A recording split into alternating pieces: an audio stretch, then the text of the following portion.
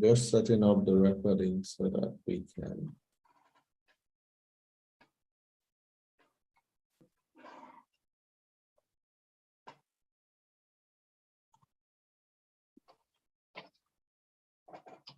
Right. So today, I want us to quickly go over a few things.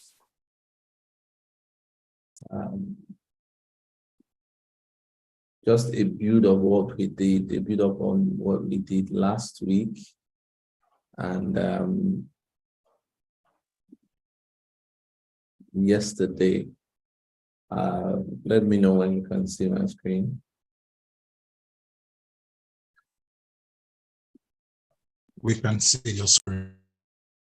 All right. So there's something very, very important. I know yesterday we started with IAC, infrastructure as code, and the reason why we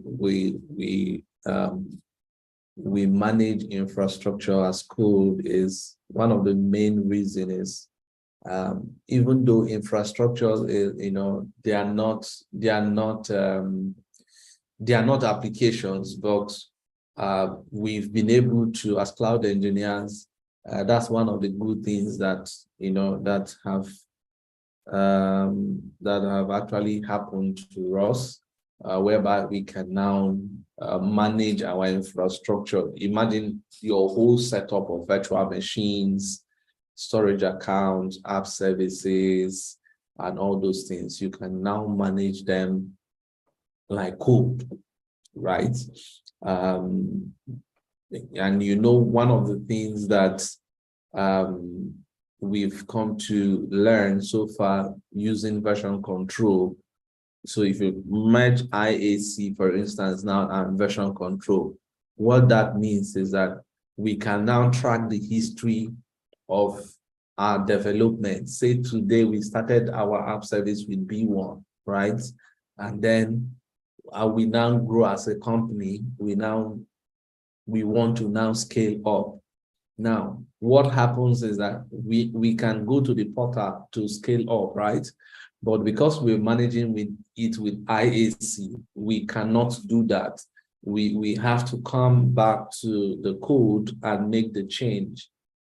All right, so we need to make the change in code, and then before we go ahead to update that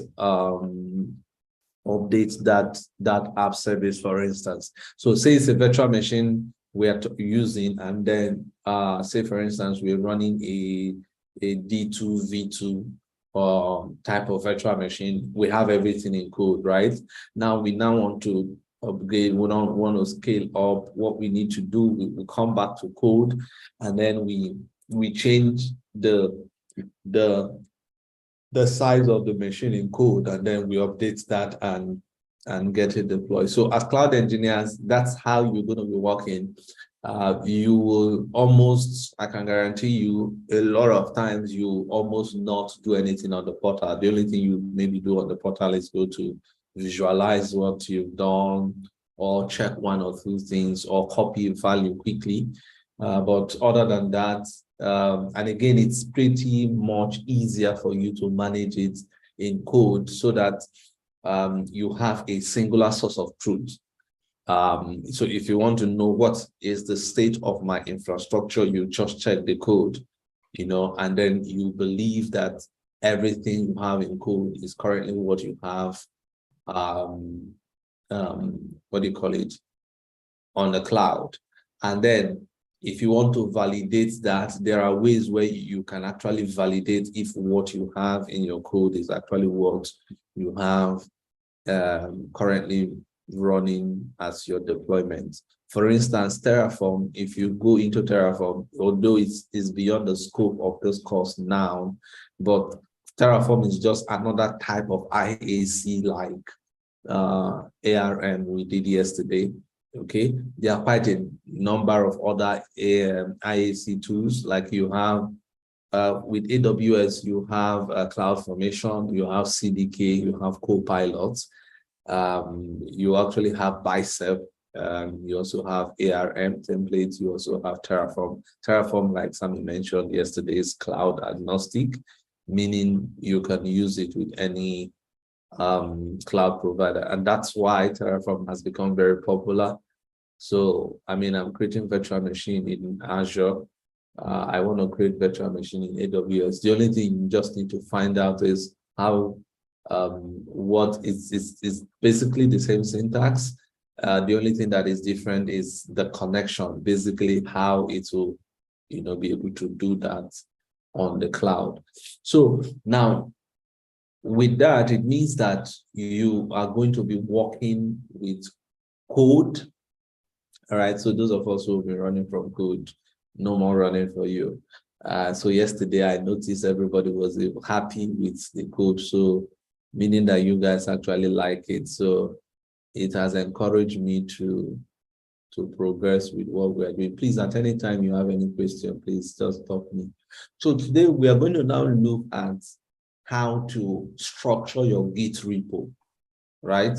So whether it's code, so this time around, I know we're not developers, but so whether you writing application code or IAC, which is also code, right? You need to know how to structure it.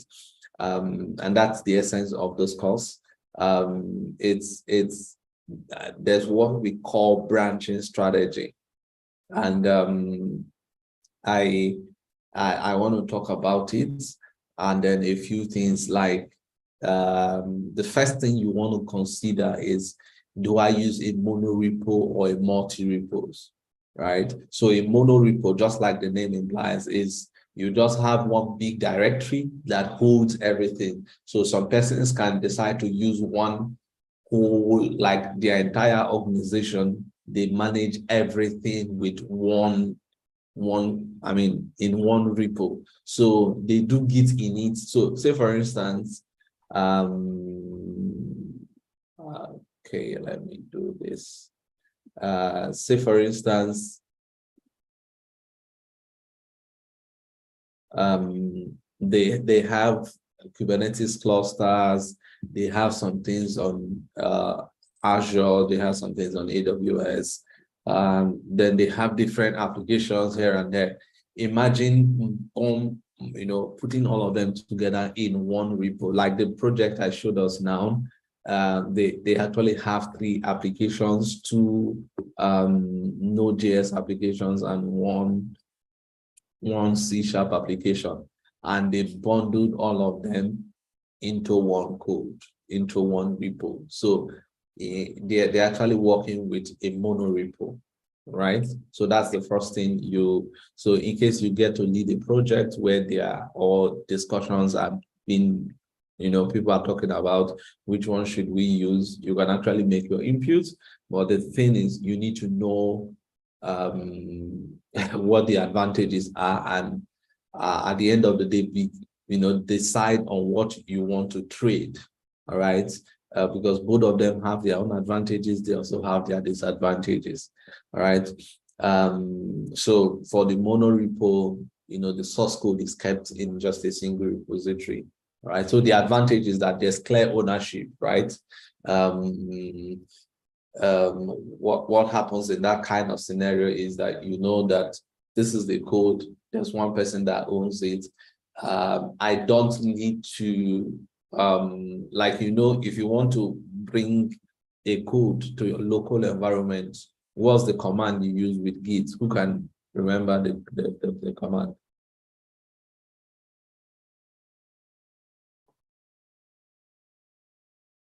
Who can remember? Let me call name.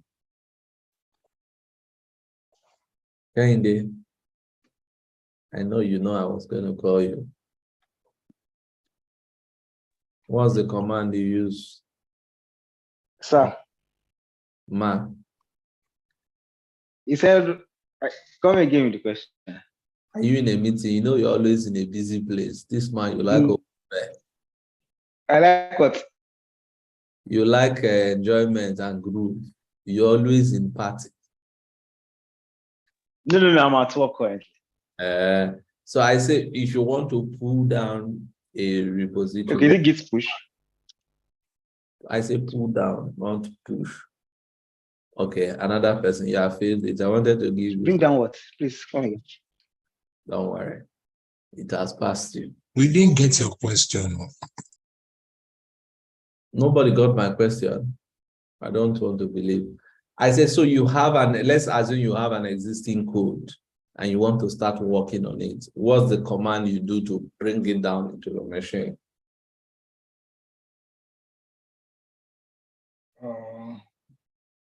You clone it. Exactly. So what's the command? Okay. Is it to clone? It's git clone. Exactly. Then you put the URL. Thank you. Exactly. So what I'm trying to describe here is the advantage of monorepo. So imagine I've done projects where we had to manage like 32 different repos. So imagine you have those 32 different applications. You have to do git clone for,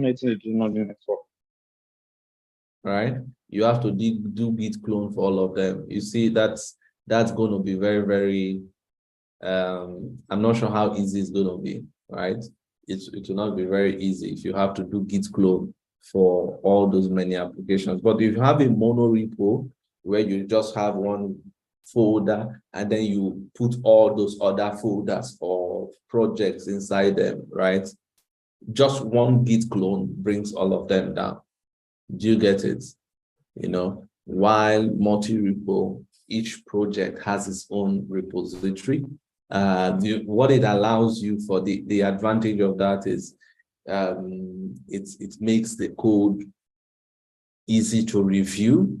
For instance, codes can actually be managed by teams. So you can have maybe one team is working on the financial app or the fin side of maybe they have an application that manages finance, another one manage HR and those kind of things. Let's assume it's different devs that do that, right? So you see each of them focus on what their own is doing. All right. Same way if it's just IAC, you're actually working with. Now, so that takes us now to are we okay with that? Did we understand that thing, the difference between the mono and multi repos? Is it clear? Yes, it's clear to me. Thank you. Okay, so the next thing, I want to believe it's clear to everybody. So do we understand it?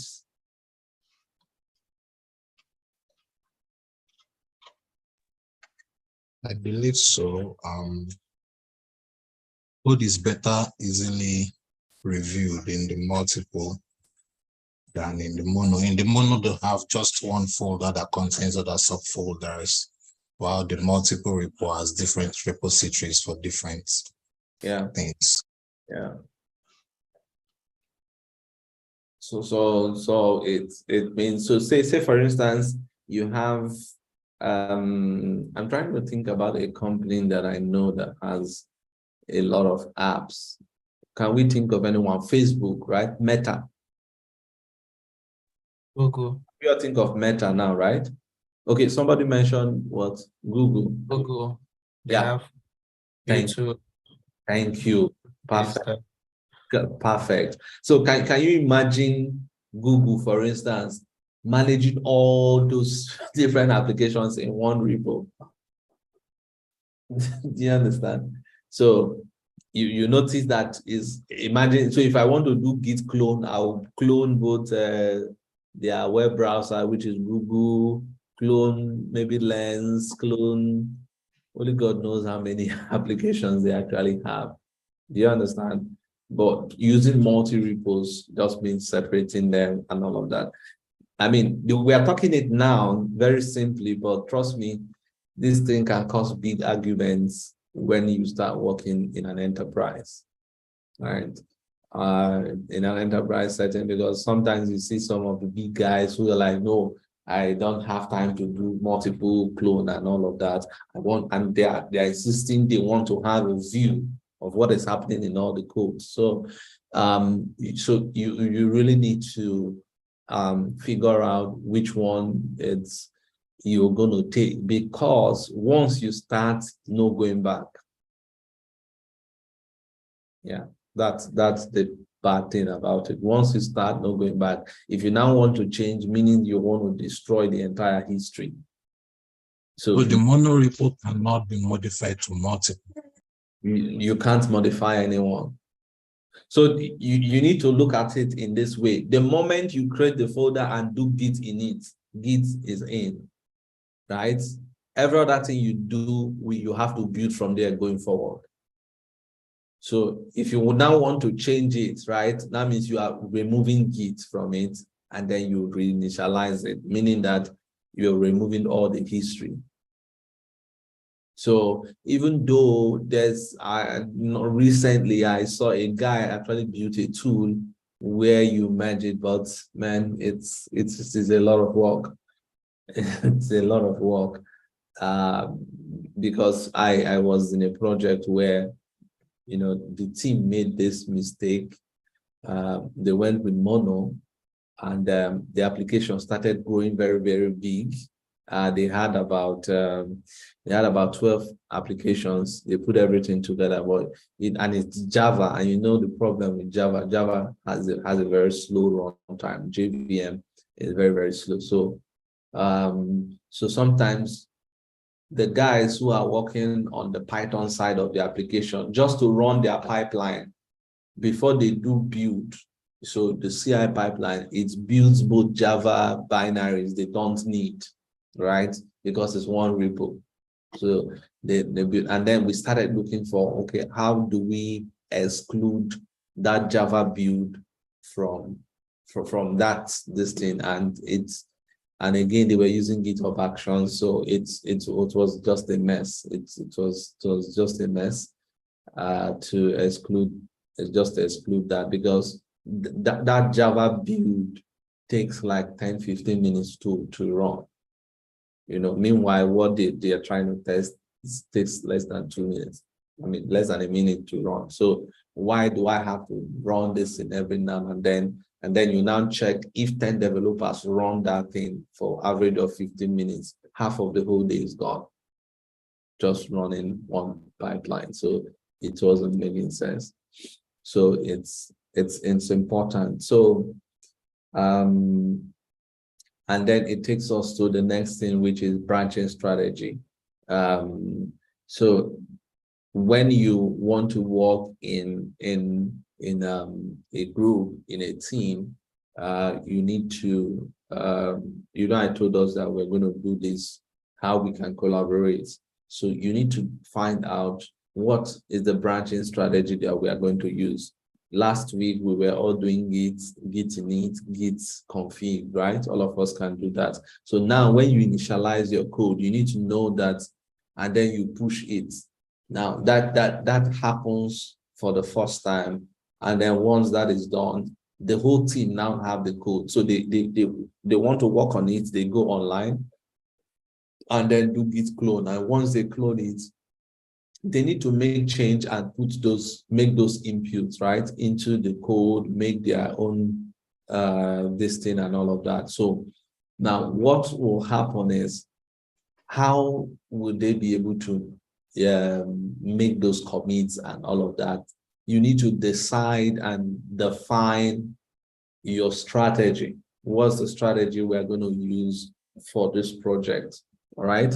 And there are a different number of branching workflow. One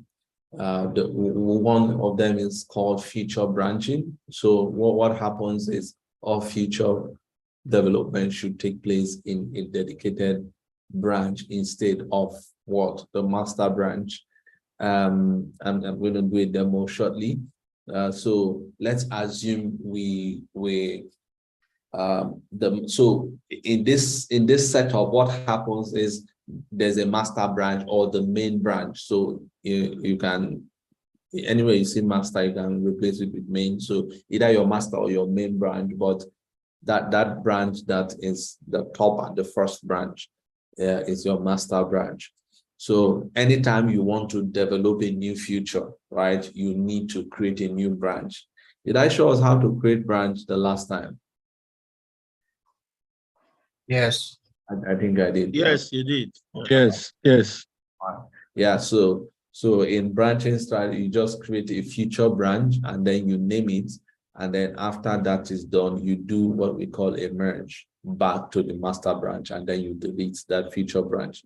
I've worked with this a lot. This is like the easiest type of branching strategy we have out there. Okay. Now there's the Git flow branching. Now, if you work in devs and a lot of enterprise, this is what they try to do. Enterprises that are matured, enterprises that are not matured try to do feature branching. That's because nobody cares. But you see, as cloud engineers and DevOps engineers, when you get into teams, you want to find out how they work. If it's a large team, and large team, I mean, once you have more than 6 different people working on a project, I naturally want to encourage for Git flow, you know, and I'm going to show us a few things around that. So it's a strict branching model designed around the project release. So what happens is that we are working towards a release. So every, say for instance, where we release a new code or updates every month, right? And we need to find a way to be able to, and then people are working every day, you know, every week, people are writing codes and all of that, pushing it is a type of, and that's what we're going to do in the next slide, is a type of branching strategy where we design the kind of workflow. The first thing that we do is that the main branch or the master branch is kept, you know, that is the branch that is running in production. So all the users of our application and in our infrastructure are actually seeing the code that is in our master. I mean, that's what is running on the cloud. Now, the next thing is we now take another branch, we create another branch that is an exact copy of that master branch. We take it and then we call that branch develop. Now, a lot of places I've worked with, I mean, projects I've done, it's always called develop branch. So that branch becomes a copy of the master branch. Now, remember the master branch is live. Now you take that develop branch. So your developers who are now creating features, testing one thing or the other, they don't go and take a copy of the master branch, and I'm going to show us why. So what happens is that they take a copy from develop. Now, when they create a copy from develop, what happens is, so they go and build their feature inside it. Now, the next thing they do is they merge, they create what we call a pull request. I'm going to get into that. They create a pull request. A pull request is just saying, okay, can you review my code? So you're sending that to maybe the owners of the code or some senior engineer in the team to actually review the code. Now, or a teammate basically, to actually review if you made mistake and all that. And then once you do that, they merge that code into develop. Now, when you merge that code into develop, what happens is that every other team member, all right, who is working will either need to rebase their own branch to reflect what the develop already has, which has been accepted by the team. Remember, we are working towards a release, right? Let's assume we asked Cheesy to update the, let's assume he's a dev. They asked him to update the UI of the main page, right? Maybe change the color. And then he has changed the color. and then he creates his pull request, and it's accepted. Remember now, develop has actually moved forward. So you who copied develop 2 days ago and you're still working with the old background, right? What is going to happen is that if you try to push your own code to develop, it will tell you that, hey, I've actually been updated. You're sending something to me that is still using the white background. Let's assume the previous background was white.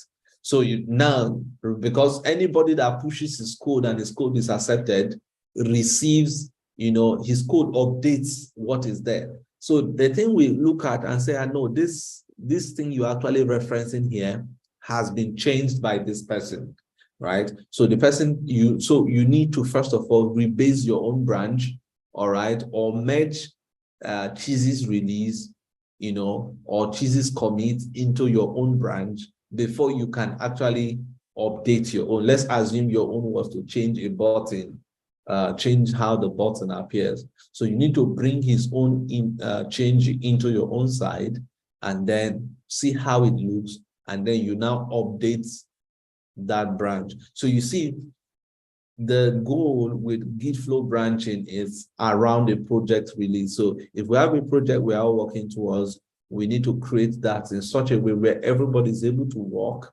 and then we are all seeing our changes at the same time or as early as possible so that we are all in sync. All right.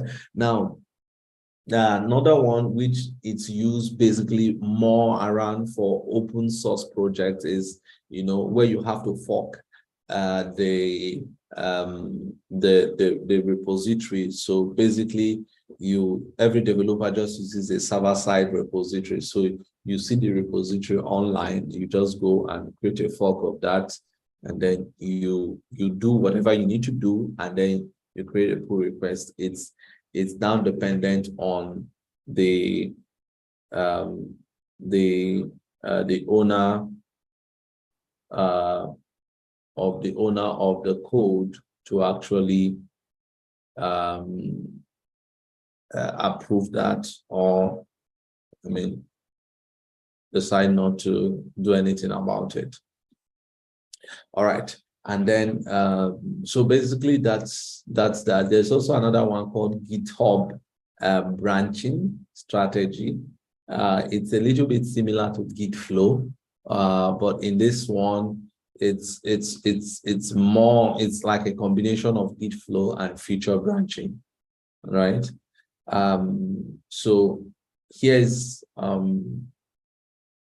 what we do in feature branch workflow. So we create a branch, you add your commit, you create a pull request, you discuss the code, and then you actually deploy. I'm going to quickly do a demo of that, and then we do one more, and then we move into something else. So quickly, I'm going to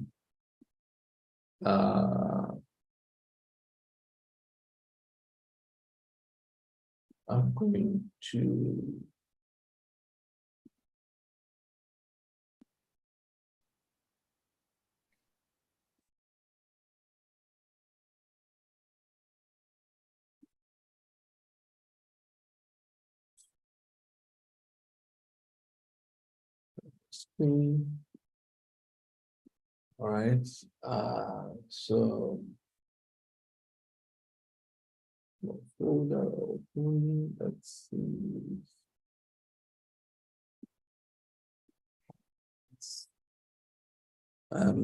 So let's say branching strategy.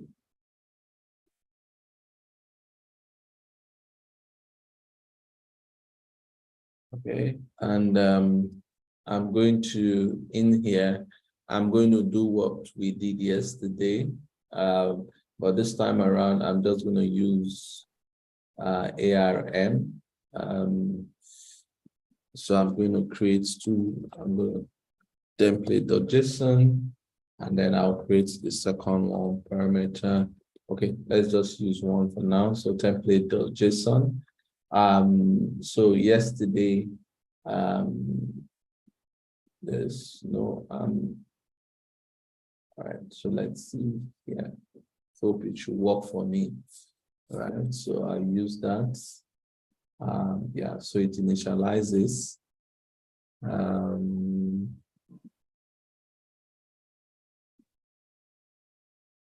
So this is loading, so I may not get a lot of luck.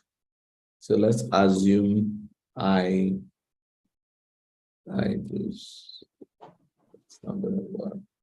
So I come here, just create say storage account. All right. I just use this basically, and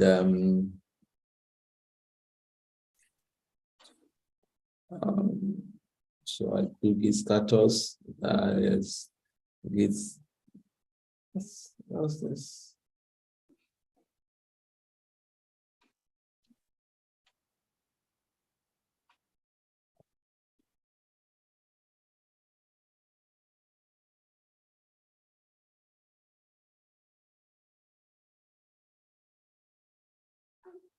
I do git init first, and then I initialize git inside of that template, inside of that folder, right? And then let me do that thing again. You understand what it should be, okay? So the next thing I want to do is git add, right?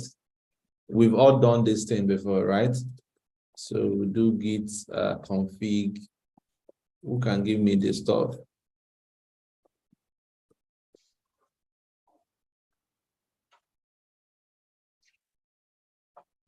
So this is the first time. Global. Config global. / global. Yeah. And then Yeah. create Coils Academy. All right, and then we do add. Okay, let me commit and add at the same time.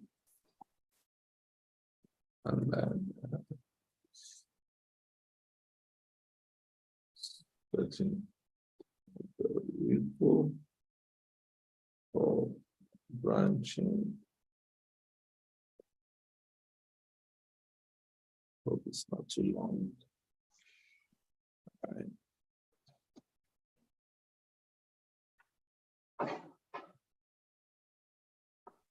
Then I want to do, so the next thing we want to do, right, is to, yeah,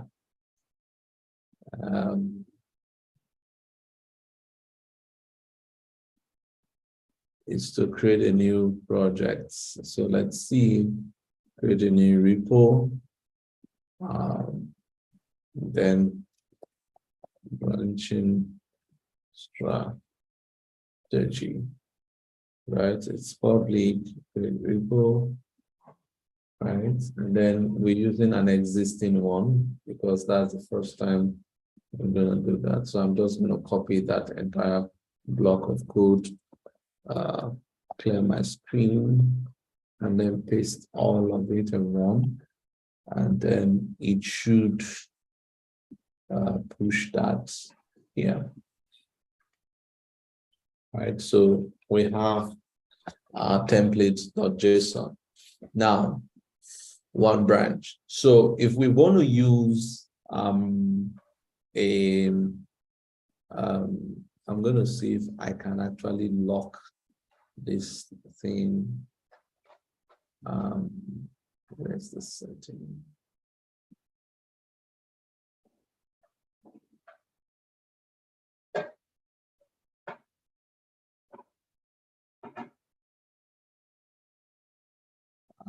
Here.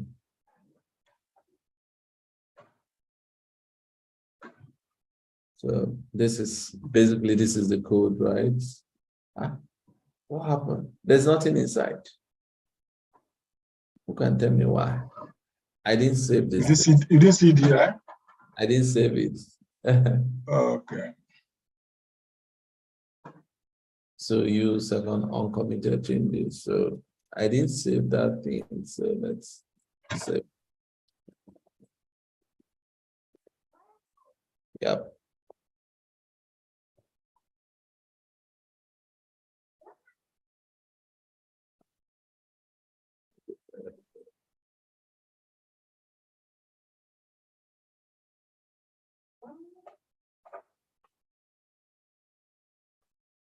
And so,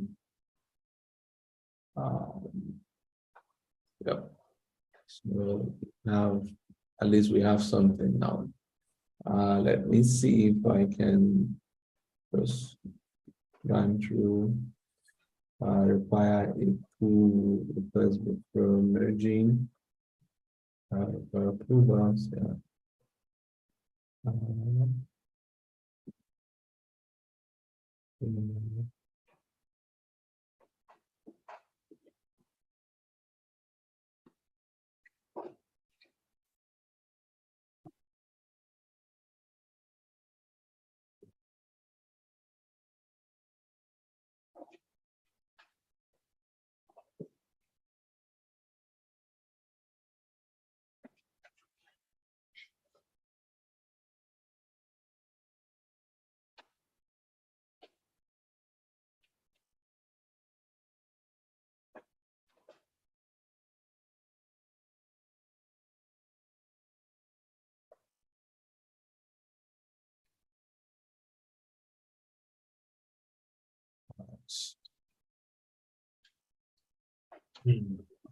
Okay.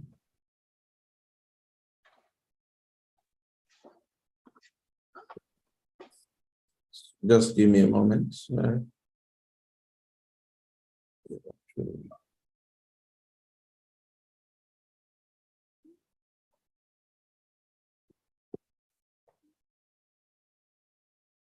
We've actually added one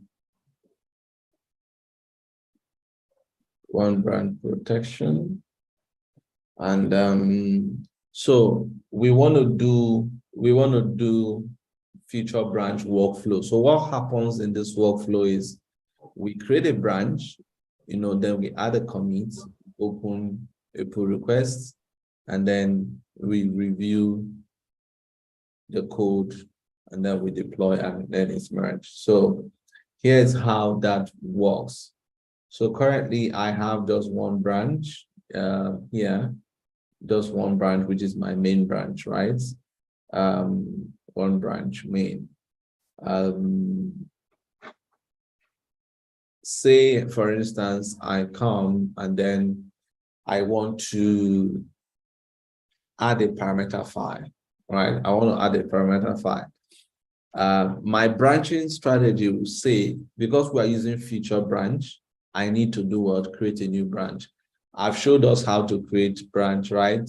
By using git what? You can remember. Check house. Git what? Git branch, then the name of the branch that I want to create. Exactly.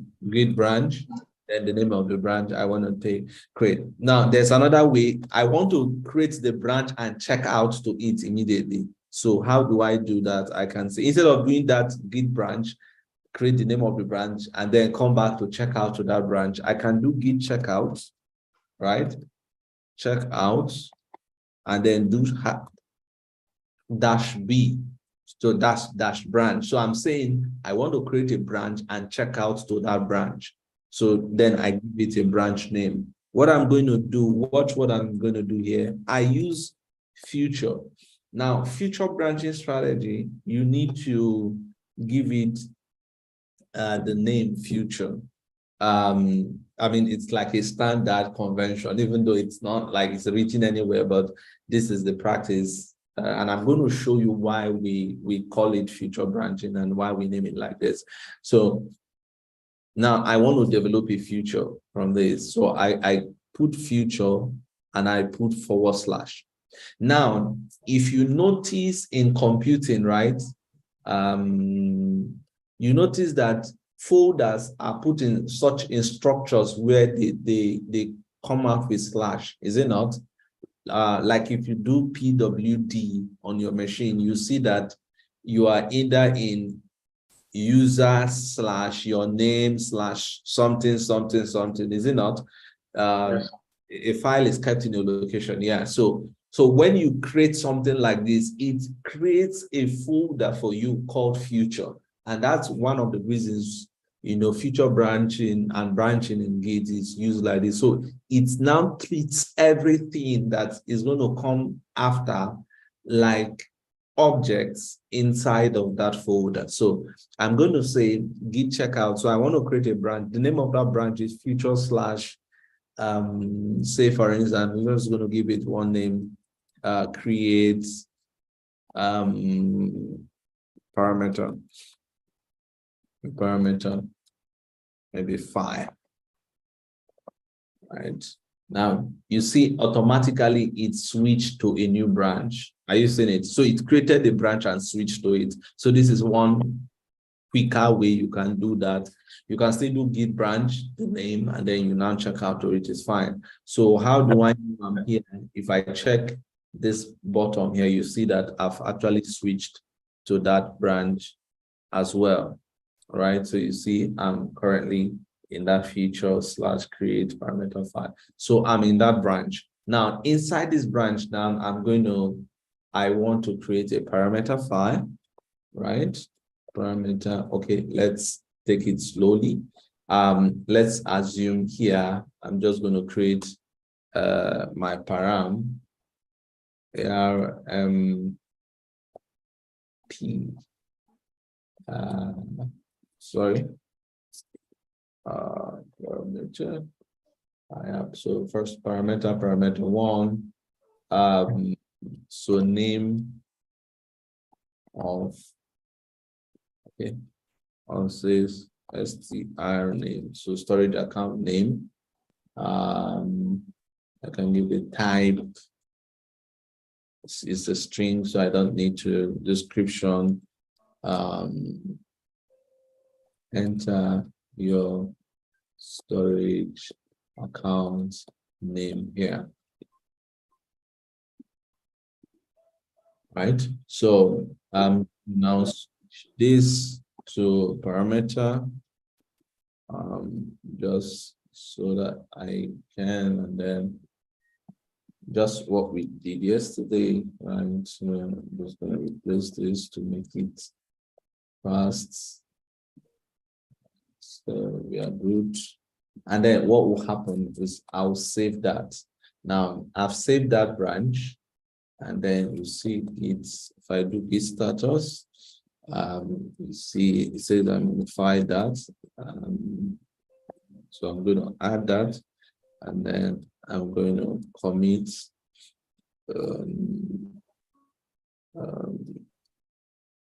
added parameter for str account.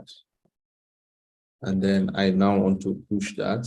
So the first time is not going to work because I need to set an upstream because it's a new branch. So I just copy and paste that. And then if I go back to Git, you see that I have another branch. So if I refresh this, you should see I have 2 branches. Now, so what is going to happen is, if you look at my screen, you see what it's telling you, right? Compare and do what? Pull request. So it's saying that, so this is, I'm currently in the main branch. You see the main branch has just one folder and it doesn't have a parameters file. So as far as I'm concerned, the main branch is this. Now I'm going to also do this. If I go back to my local machine, right? You notice this is my distinct branch, right? This is my feature branch. Are we here?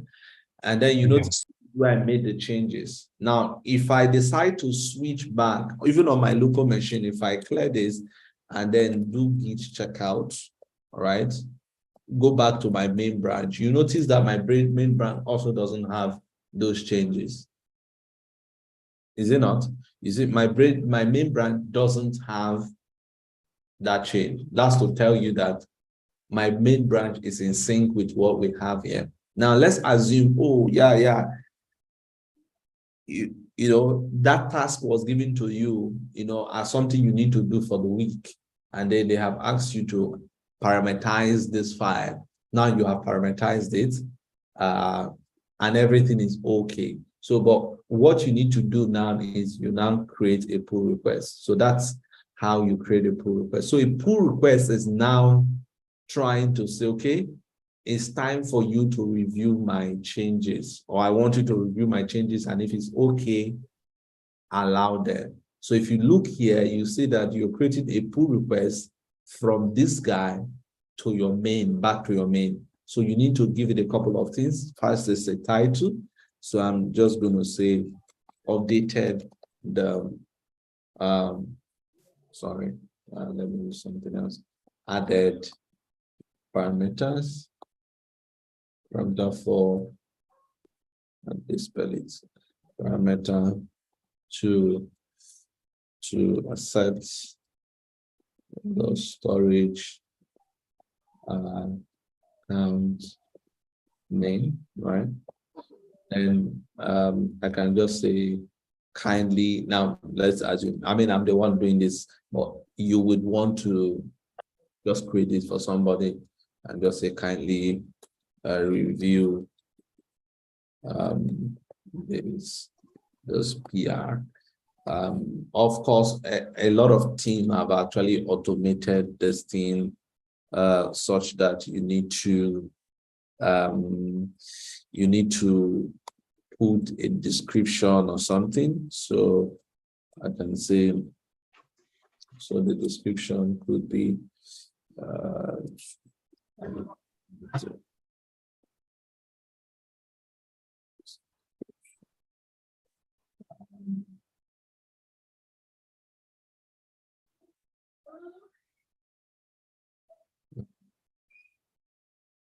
data requested to have a storage account that's a parameter.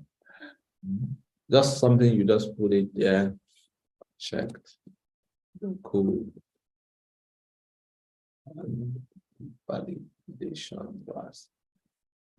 So I can just maybe review this.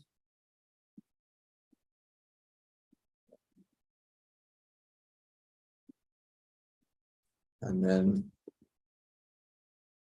all right, so once I'm okay with everything, I can just What does the PR mean there? pull requests. Okay. Yeah. So you see, so once you create the pull request, somebody else, you just, I mean, like you can see this one is pull one, right? If you look here, you see pull request.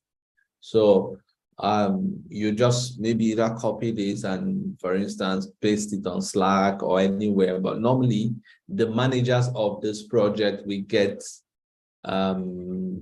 whatever, they'll get an alert or something. If I check my email, it should have come. And then you see it reviews based on the settings of that repo. It will act on that. So if it needs reviewers, at least, like you see when I was adding the settings for this, I said make sure it has at least one reviewer. So you see no reviews. It says at least one approving review is required. Okay, now because this is me that created this project, I can manipulate it.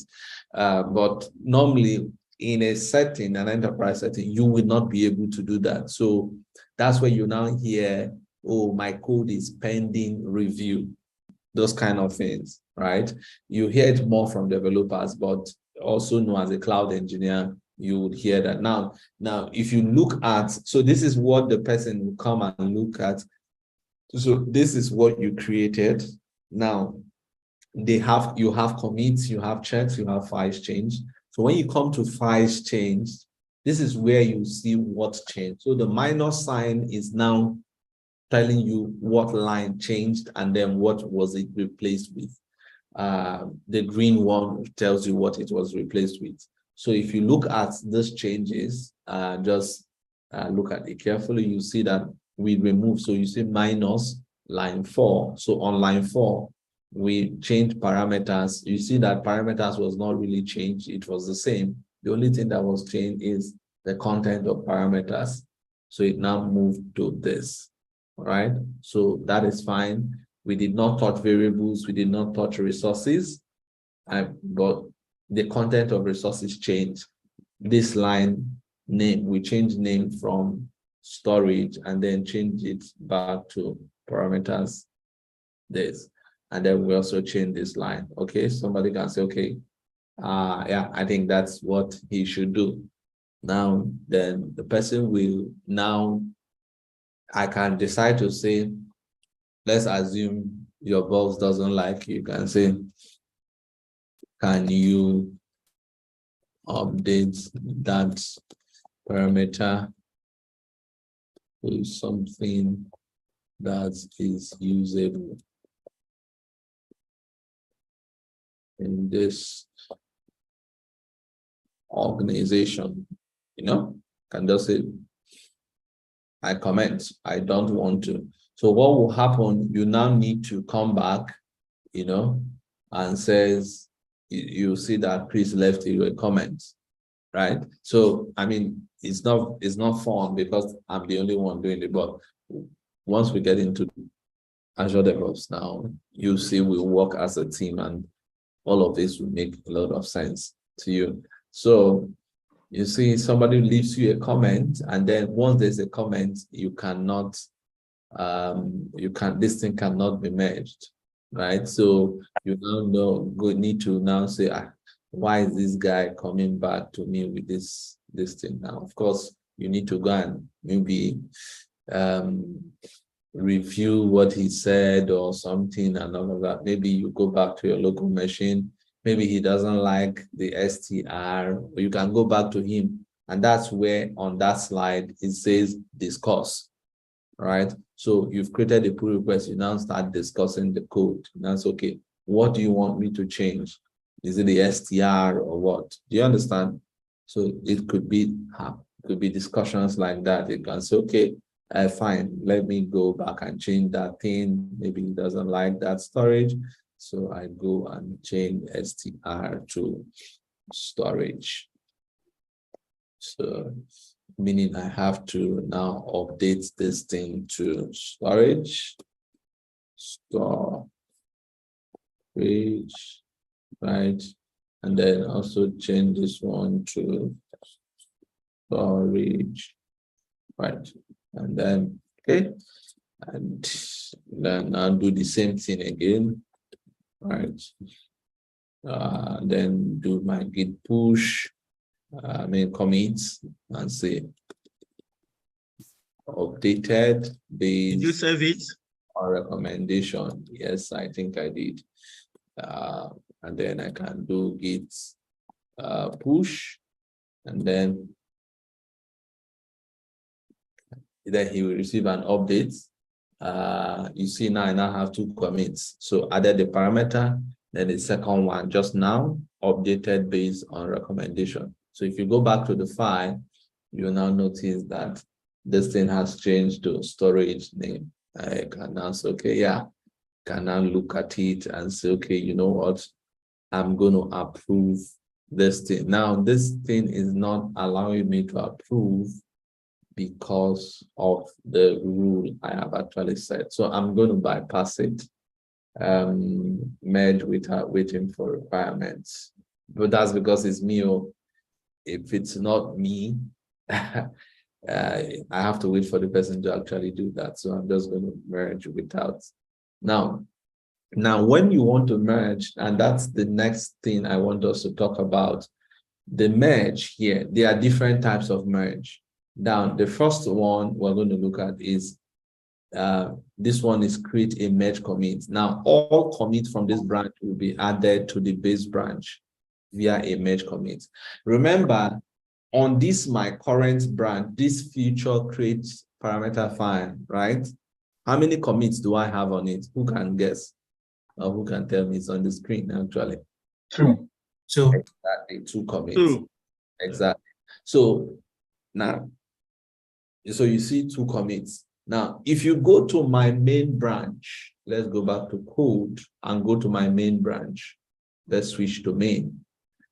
Now, my main branch has how many commits itself? Main, how many commits? 2 commits, right? Can you Okay. see that, right? So look at the commit we have in main. It was setting up the repo for branching strategy, the first one. The second one is updated the template file. Now, if we go back to this my feature branch, you notice that it also has how many commits? 2 I mean, everything is the initial 2, right? The initial 2 and then its own 2 commits.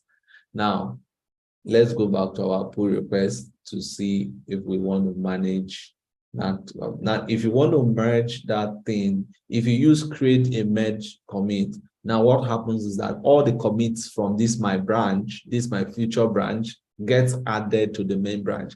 Now, that's not a very, very good way to manage your repository if you are in a large team.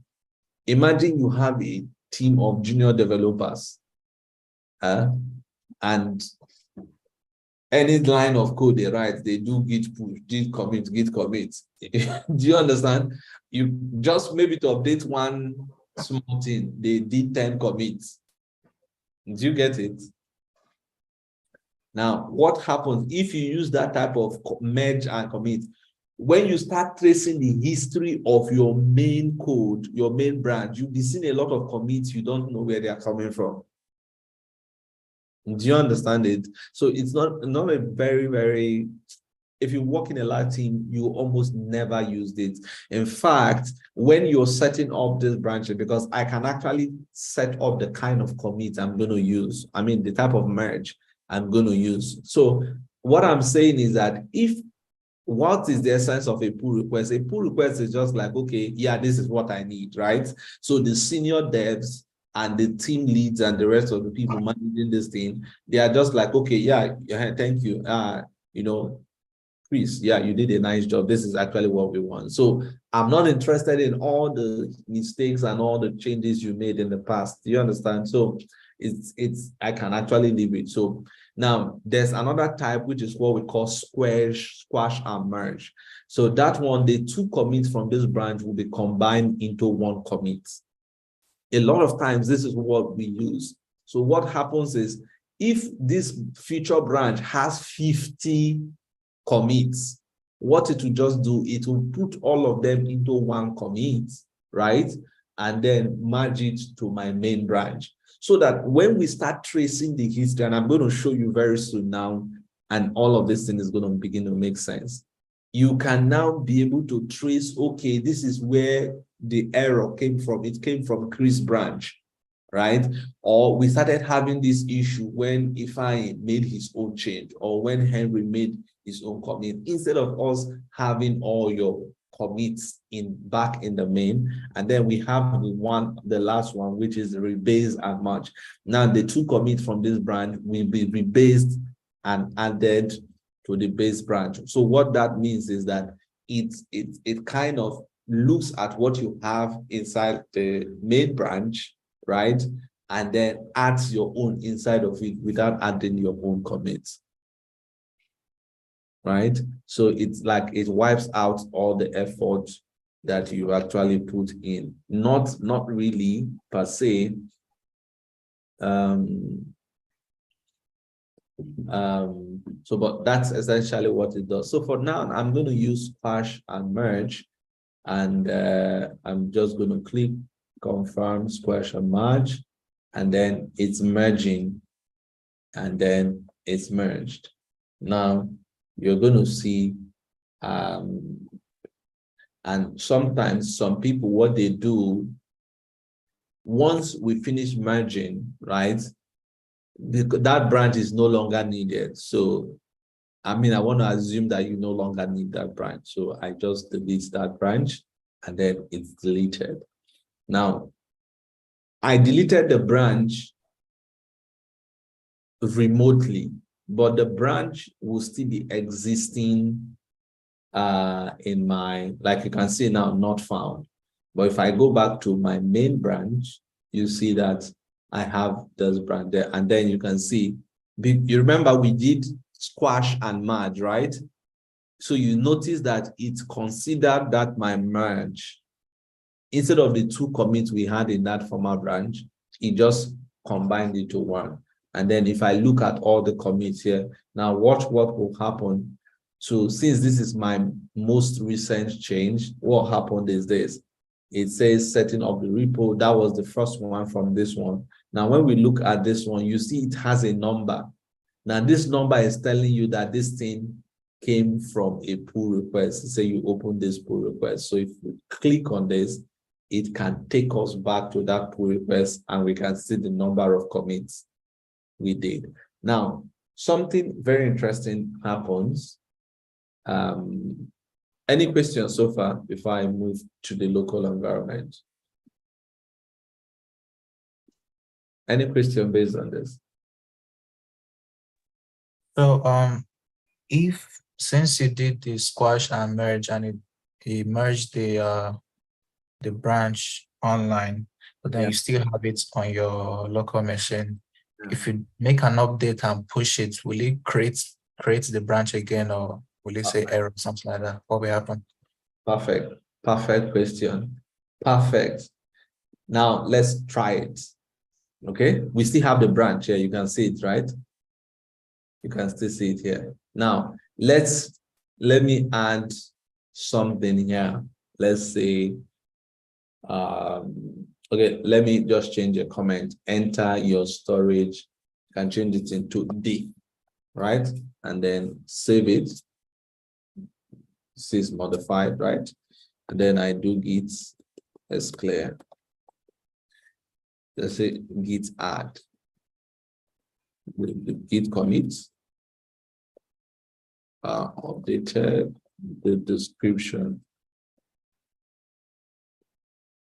And then what should be the next command? Push. Yep. So git push is going to fail. You know why? It's telling you that while you have this branch locally, the branch does not exist remotely. So what is the fail? What is the fail indication? Huh? What is the fail indication? What is the failure indication? You can see it there now.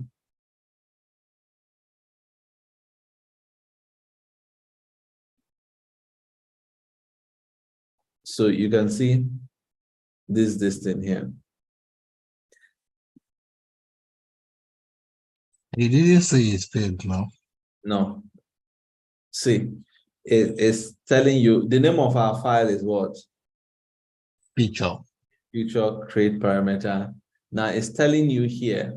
Let me show you what I'm saying. So if you come back here, you expect to see a new branch here, right? Yes. It will not be there.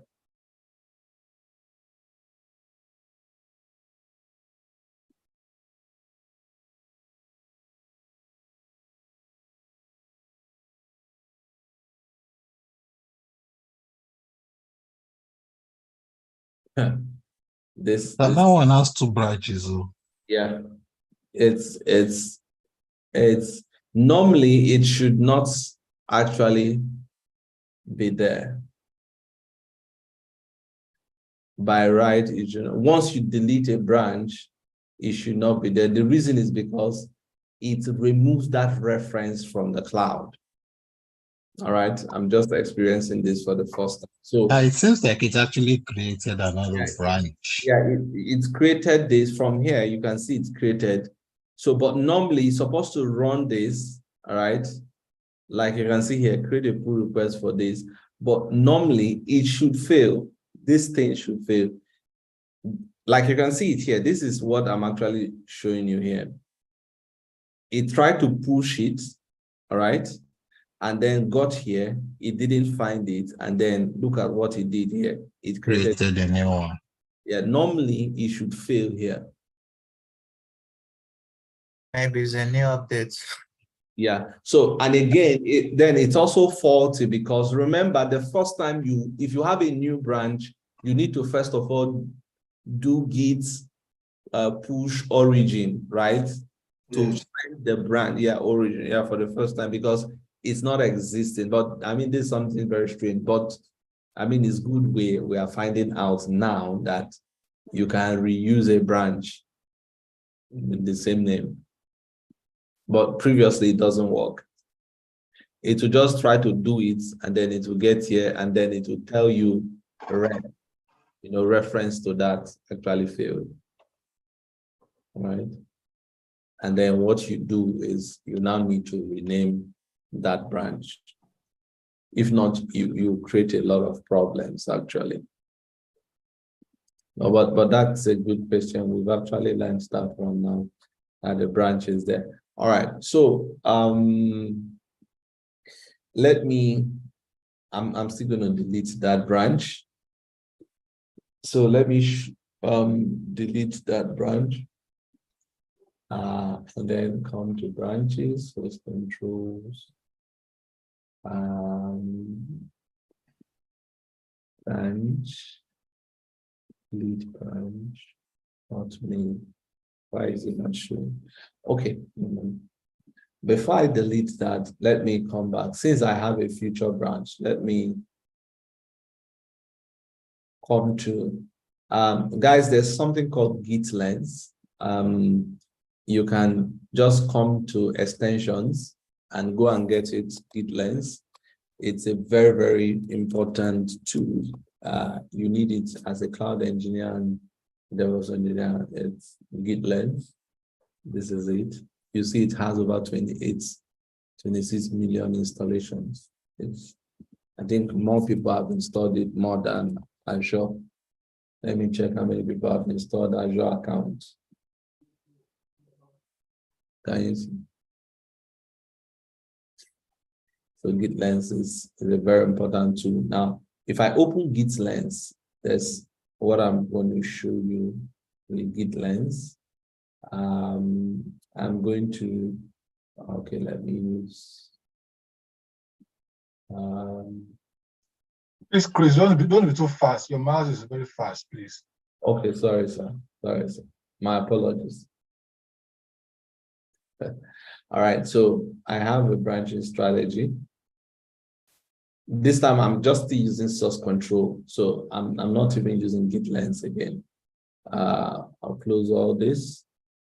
So let me go back again and say that, remember, this is where we are. I'm closing all these things so I can see space. So this is my templates, right? So I'm going to click, just close down the folder and click on source control. You have it, not Git Lens now, source control. That's, I click on it and then you will see branches.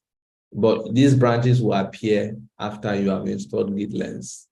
So if I click on branches, now it will show me my local branches and all the local stuff I have here. If I click remote, it will show me my remote one. All right. So when you click branching strategy, you see the origin. The remote one are the things I have up there. Now you see that origin. That's why the first time you do it, you give git push dash u origin and then the name. So, but here's what I want to show you, actually, not the remote one, but the branches itself. Now watch, if I open this thing and you see I have the main one, right? But I have the future one. I'm interested in that. If I click that drop down, you notice that that future is actually treated like future /. Now, I will scroll back to my main. That's, I go back to my main. And then go back to my file. Open that template. Remember, I have actually merged that change, right? I have merged that change online. Is it not? I've merged this change. This change, my main has been updated to this now, right? Enter your storage account name and then all these parameters. but the main on the local branch doesn't have it yet. So how do I bring this thing down? So if you look here, you see the moment I switch to my main branch, you see it's telling me that I have one change that I need to pull. So it says pull one commits from origin main. What you need to do is there's a command called git pull. Now, if you run git pull, what will happen is that, please watch. Are you seeing this code? This thing ends in line 23. Now, if we do git pull, it's going to update our current templates to this thing and make it 30 lines. It will add all this description and these parameters we added. So let's run that. So if I did git pull and run that, you see it has brought all the changes down for me. And then it's telling me 1 file change, 10 insertions, and 3 deletions. So git push sends your changes up to the cloud, up to the remote repository, right?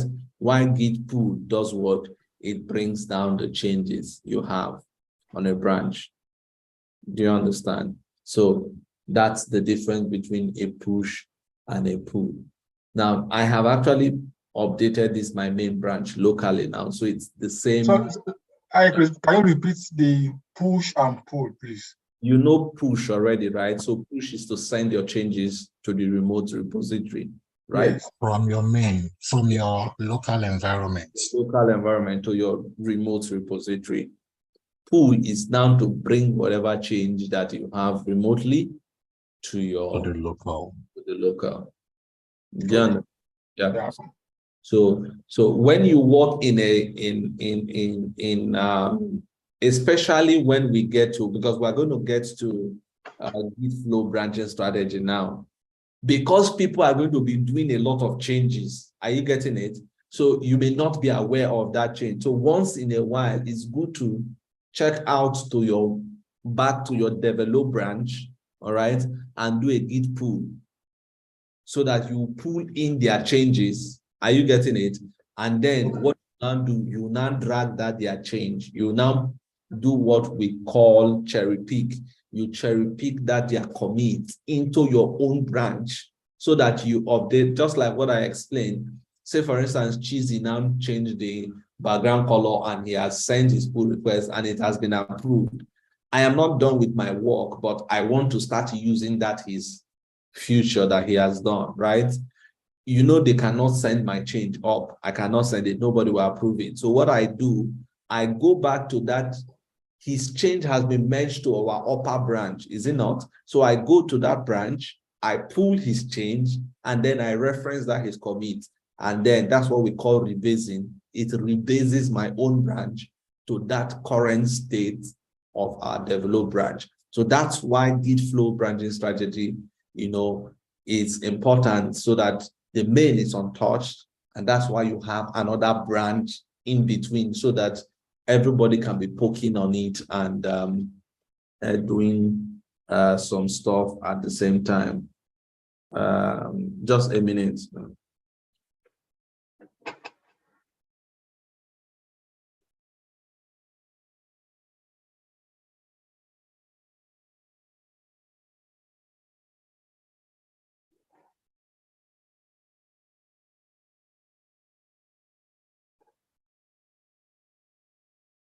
All right.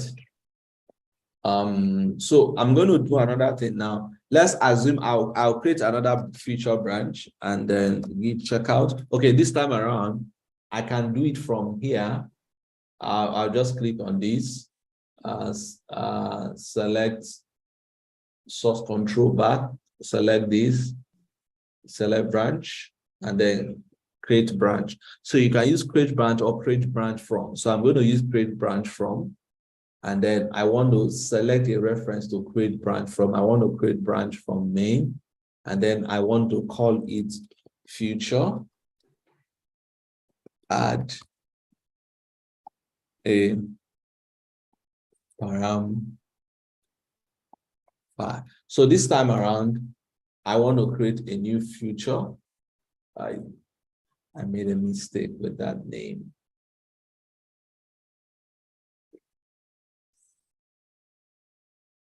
All right, so I have, so this is it here. I made a few mistake with it. Add a param. So I'm going to rename it. Add a param file. Right. Confirm.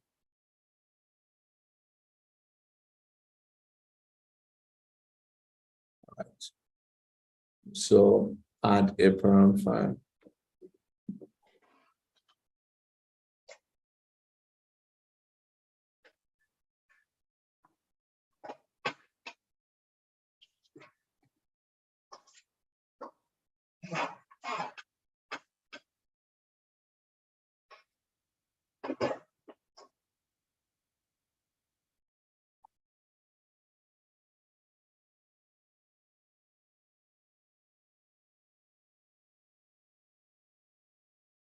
All right, so this time around, I'm just going to add a parameter file. So we have just basically what we did yesterday, right? So that there's no confusion. So I'm going to add a parameter file here and then call it parameter dot JSON and then ARMP and then this, and then let's put an enter, the parameter value, and then just add the name here.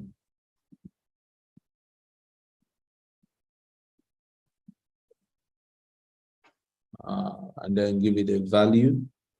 For now, I'm going to say null.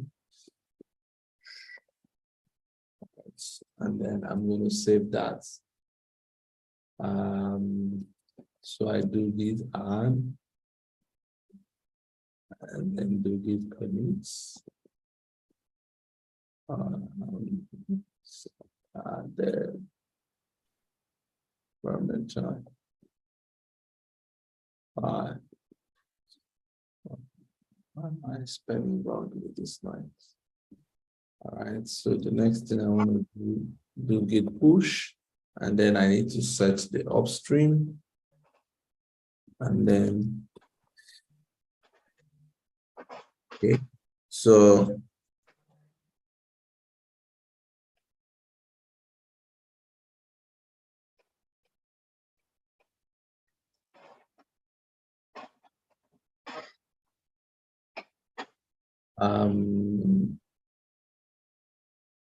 yeah, so let's get in here, and then we come back up here, put code. You see that we have another new branch, right? So I have how many branches now? 3 branches.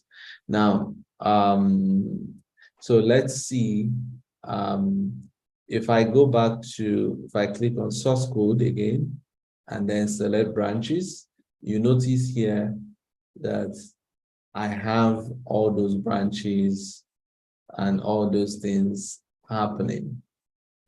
You see a number of activities.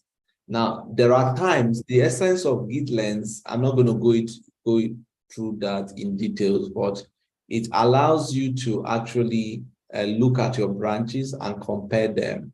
For instance, I can decide to compare my main branch, compare my main branch with, let's assume, with my future branch, for instance, and then you can see the details. It's telling you it's one of it's ahead, that this branch is ahead, and all of that. So it's actually a good way. It gives you visually a way to actually see, especially when you're managing quite a number of, you have a large team, for instance. This is one tool you can actually use to work, and then it helps you to see things more clearly. Now, if we look at the branching strategy here, so sometimes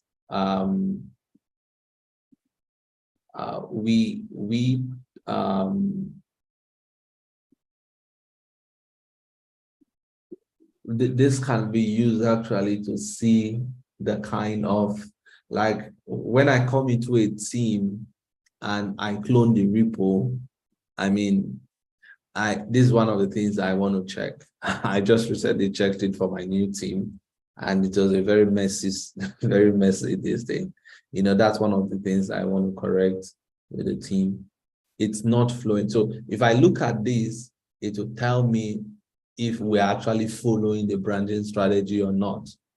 So this is clearly how a future branch would look like, in the sense that once you develop a new feature, right, you expect that feature to come out of your main branch, right, and then gets back in terms of pull requests, right? It gets back in and then it drives forward, right? So sometimes, what you expect is just one change, you know, come out and then back in like that, one chain off, back in. But that's some where you see the change, it goes around left, right, zigzag, and all of that. Then you need to find out what kind of strategy are we actually following. And then you can actually look at this thing for the entire lifetime of that repository. All right. So that's Git lens. You may, I mean, it's something that you can actually use for your sanity. So yeah, any questions any question on that? Do we understand future branch workflow?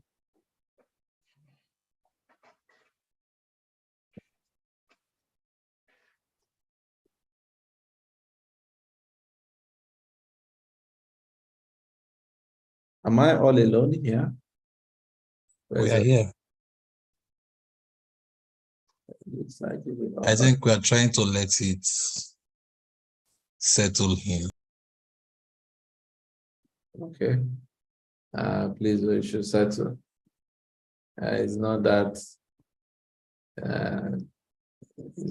difficult, right? So we said the most important thing, if you picked it, is future branch. You create it from a main branch. Yes. Right? You create it from a main branch. That's it. You create a pull request to push the change back. Right? That's all we have done. The other things is just the tool I'm showing you. It's just a tool you can use to see how it looks like. It's not that it's a must. It's just a tool to help you see how things are looking.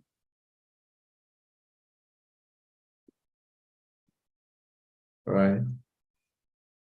And then here you can search for commits, you can search for people's name. I can try to, if I'm collaborating, I can try to find out maybe Coral Day and all of that, the change he made, blah, blah, blah, and I can see it and all of that. But that's all using source control and your branching.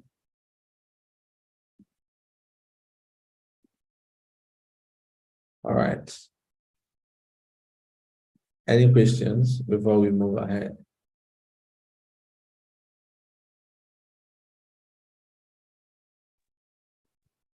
None for now from me. Mr. George, are you here? Mr. Sunday, are you here? I'm with you, but I don't. Yes, sir. Yeah. Is it clear?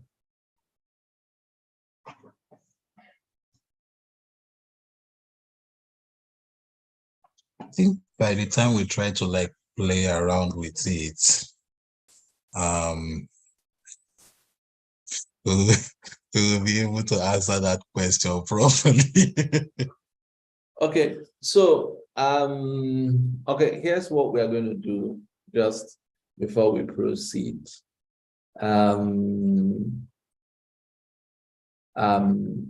Now everybody just go. I'm going to share this code with you. All right.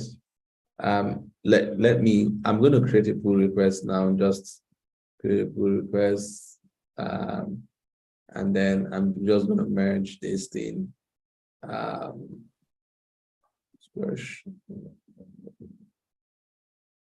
And then the branch.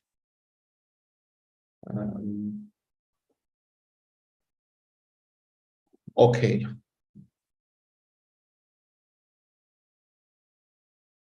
So that we can all collaborate on this project, right?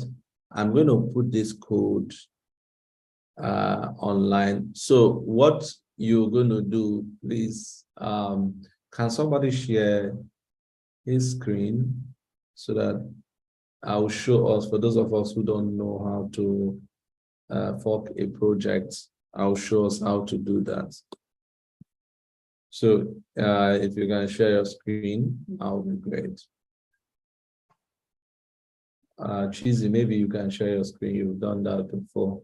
So you just walk the team how you do that. If you don't mind.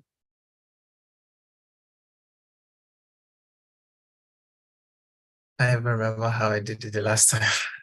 Okay. I was just going around the. Okay, so let's get it now. So you can share your screen, and then I posted the link on. So please, everyone, just look at the screen. Yeah, I think with this one it will be better. We'll understand it better. But when somebody is sharing his screen and we are following again, it should be better. Yeah. So this is so okay. You can click on Chris AWS. You can go to my project directly.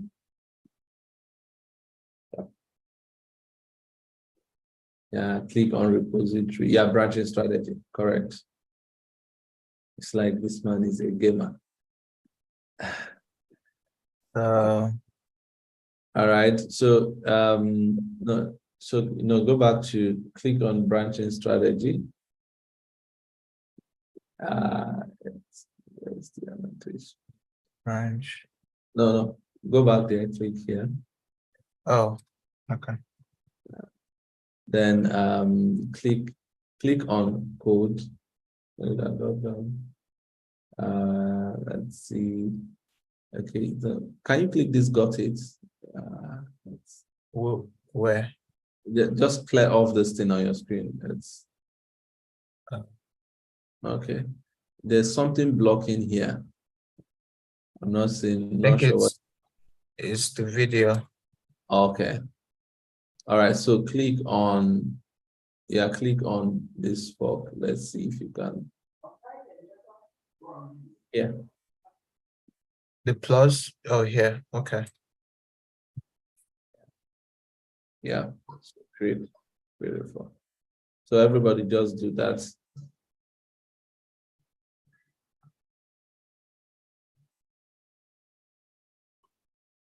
So you see it has entered your own project. Yes. You understand? So with this now from here, you can now, so you see you can contribute, all right? You can contribute to that. I should be able to pull it to my system from here, right? Yeah, so if you click on code, then you can pull from there. Yeah, then copy this and then do git clone, right?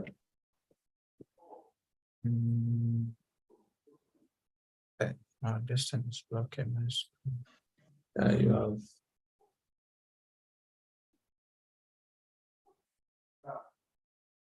Should be able to hide this. Is it the Zoom, this thing? Yeah, the Zoom interface is obstructing me. Okay, yeah. But you have to charge it. But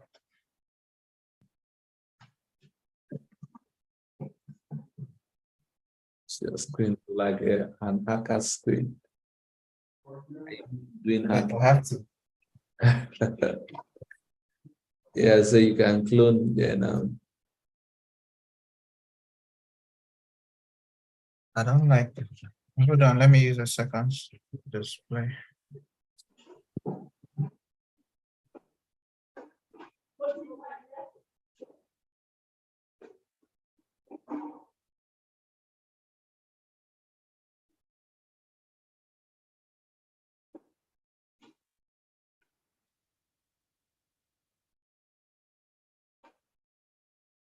Yes. Yeah, so I encourage us to all see if we can get a small monitor, maybe a 20 or 15 inch, no, 20, 24 inch small one, so that you can have two screens, especially for this you're learning. You can use one to be watching videos, and the other one just help you.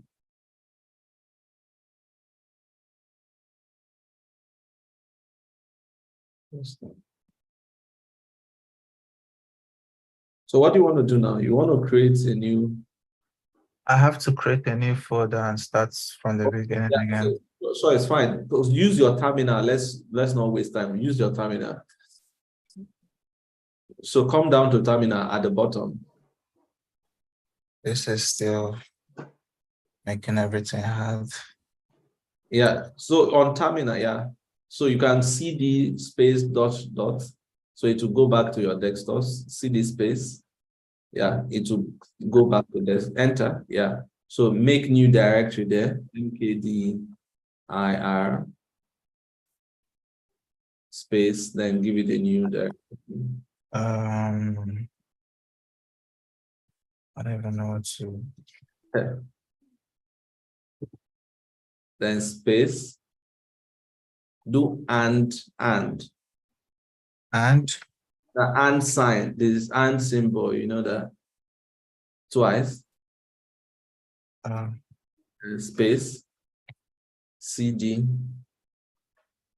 space / test. So you are saying create new directory and enter into that directory, right? Enter. Yes. Okay, make it +1 and it should work on Linux. You just use up arrow to create the command. Oh, to go back to the. And then go back. Yep. Remove one. Run, let's see. It doesn't work. So do it one after the other. mkdir test. And then cd into that. Yep. And then code space dot.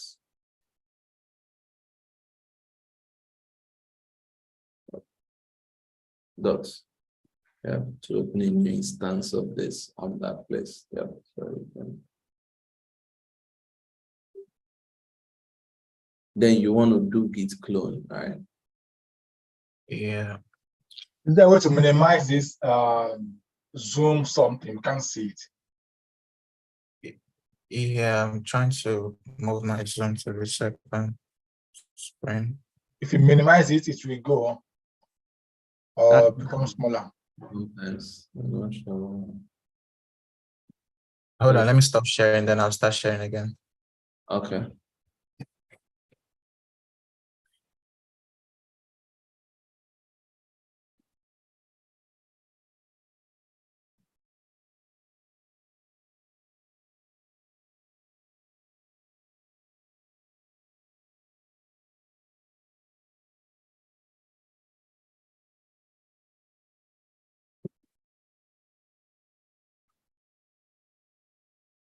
Still there.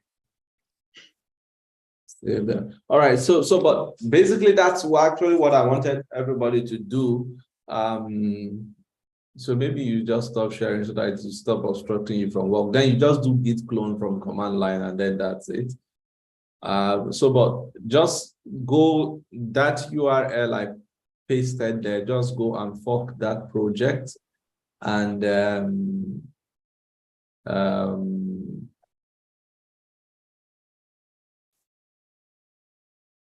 this is even blocking you from working. You can stop sharing. You It's just, also, I can't see the top of the page.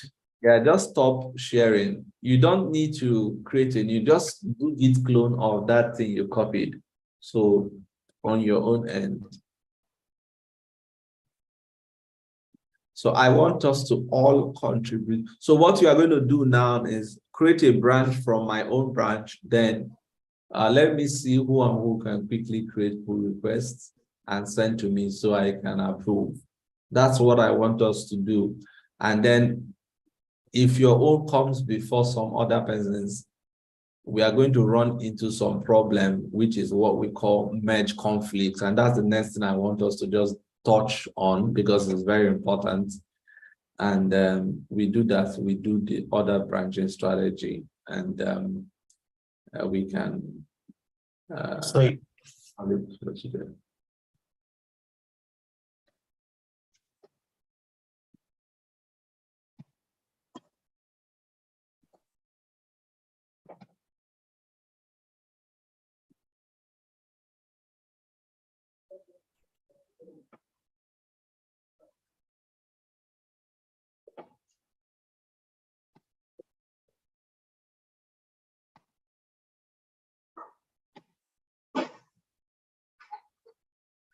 Close your leg.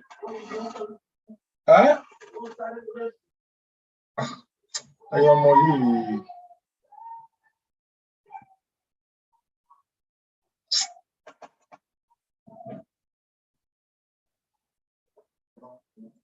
Ṣé kò fara pa?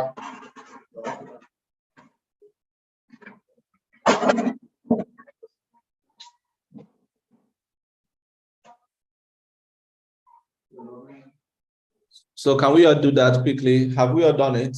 Have we all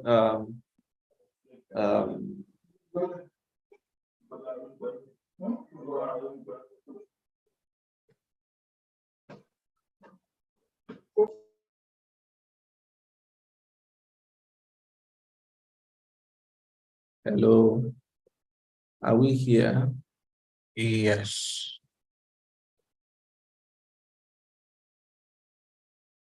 To create a future request, future branch from that one and create a pull request and push.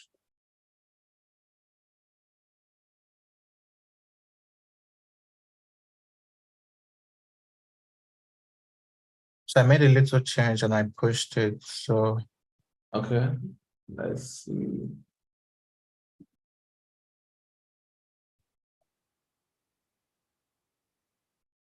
Okay, check if it went to your own branch or my own branch. I think it's on my own, under my own. Yeah, the change is on your side. Now you So can now, add that change to me. Can you create a pull request to the main? okay. Yeah.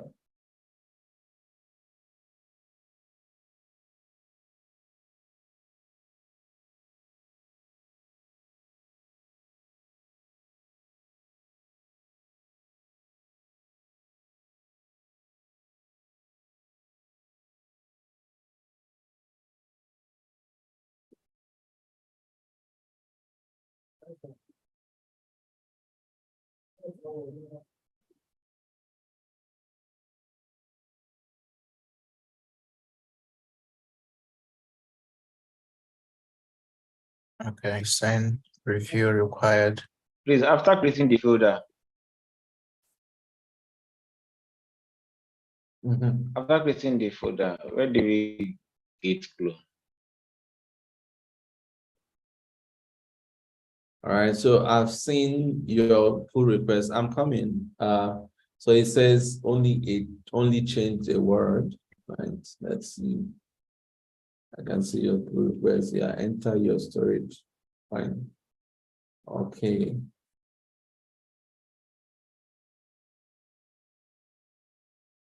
Have we all forked that project? Everybody, have we all done that? I did, but somehow I'm not connecting to the GitHub from my local environment.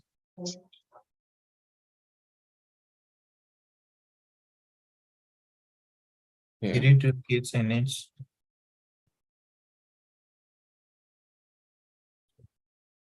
From your Visual Code?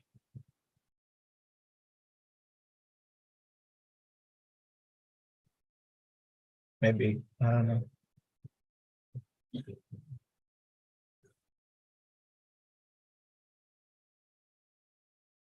So what's the issue you have?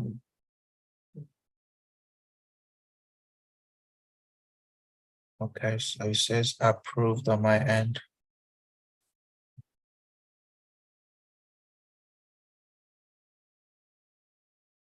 And it's merged. Okay. Yeah, so you see, so It this also is sends me an email.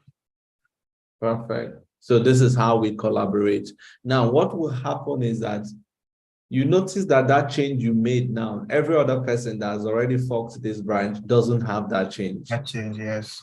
Now, if let's assume they're already working and they try to create a pull request, it will tell them that their branch is behind.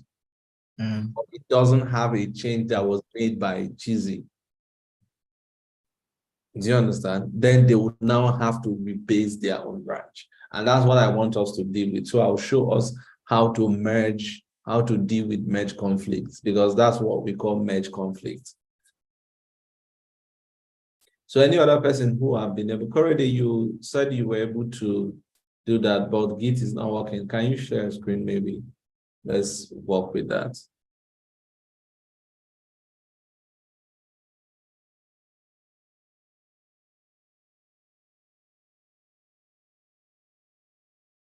Hello?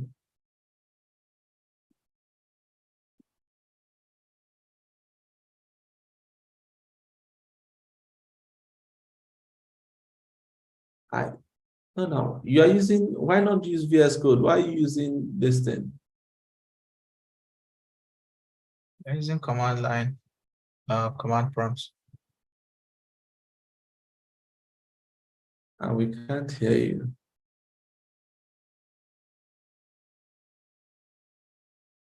Or you want to go back to 1970?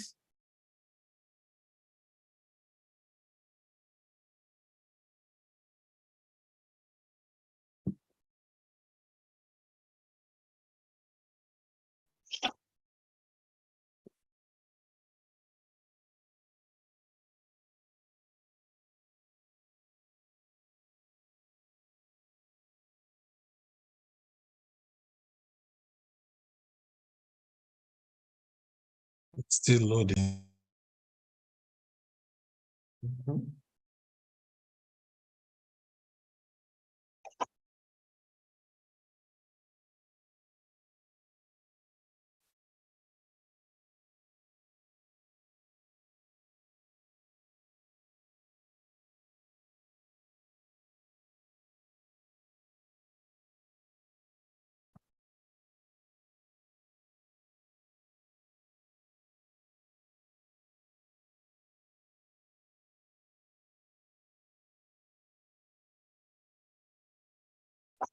So whose branch is this? Whose project is this actually?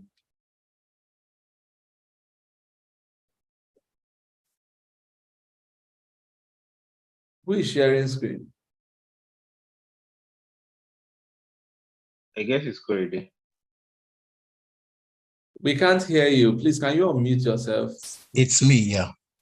Are you busy? You're muted. So you need to be. No, So I'm here. It's just why are you typing Git init inside your template.json file? That's what I want to know. somebody just mentioned that maybe that's what I didn't do. That's No, you can't be typing your template. What are you trying to do? That's what I want to know. Did you fork the project and then did you clone it? I forked the project, cloning. So if you do that, then the next thing you should do is to clone it. So Okay. you are creating your own template file. That's not what you should do. So you need to once you've done the fork of that, then Yeah. you you clone that project, meaning that we are now working on the same project, right? And then you make your change from there, and then you can now so you need to click off the screen, open terminal, do a clone of the repository from your own repo. Okay. Thank you. Yeah, so you can share you can do it that night if you want to do that later or on your own. So we can work. Oh, they do it here. Why we see what you are doing? Do it here.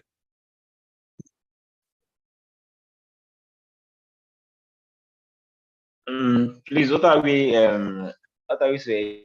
Like, what change should we make? Is it in the description? Anywhere, anything, any change at all you want to make, just make. That's the idea. Okay.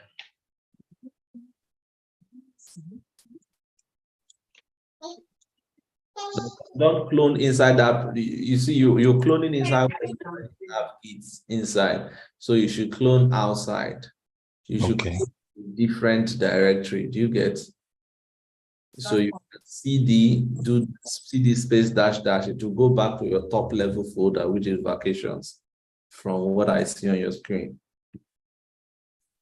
So am I supposed to be cloning from the vacations folder? I don't know any other place, but this October folder already contains storage account, all these things we are seeing on your left, right? Yes. That's what I'm saying. You cannot clone another project inside. You are initializing Git twice if you do that, because what you want to clone already has Git and it's not part of this project here.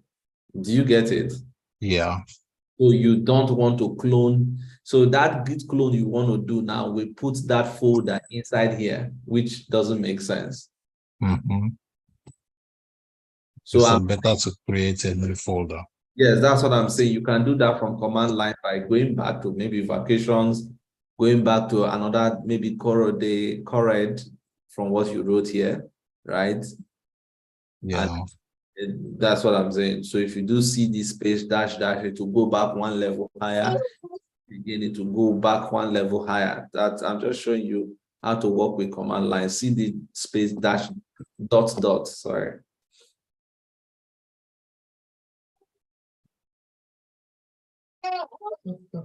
So if you are okay there, you can now create a new directory at that level. It's MK make directory, yeah.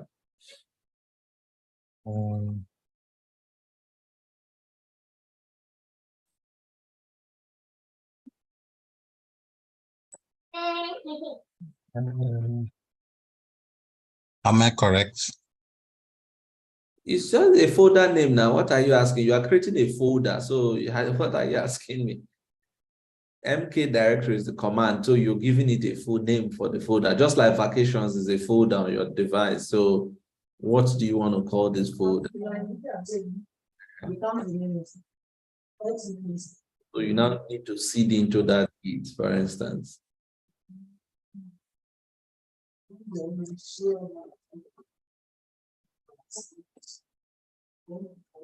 So you can now clone the dancing inside. So, question. Please, after editing, I have to commit it next. Am I right? Of course. Now you want us Yes, to. I already did that. So then the next thing is to push. What else do you want to do? Oh, yes, I push now. It's giving me. I should specify the URL. Already, you're not following what we are doing. Have you forked that project? If you have, I did. it should be on your. Then what are you trying to clone? Are you forgotten how to clone? Git clone. You need to now specify what you are cloning. You just do git clone and run. It doesn't make sense. You need to specify what you're cloning. So you fork that project. It will take it to your own repo. Okay, now copy the URL from your own repo and clone it. You get it. Yeah, I believe so. Share your entire screen. You're only sharing VS Code. Well, we can't see the entire.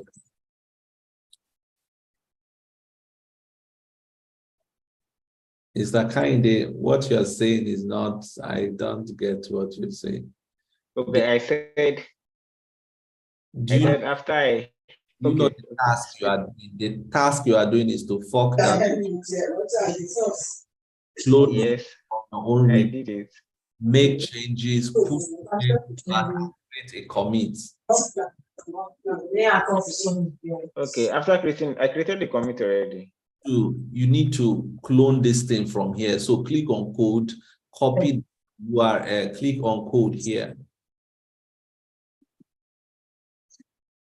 Copy this URL. That's what you use to clone, and then do git clone of that project.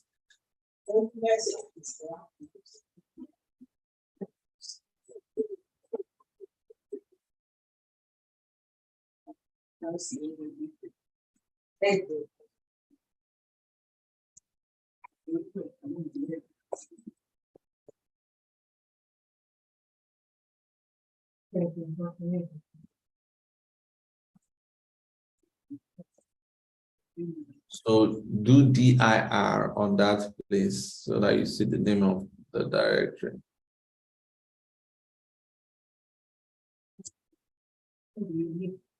So this is the name. So cd into that.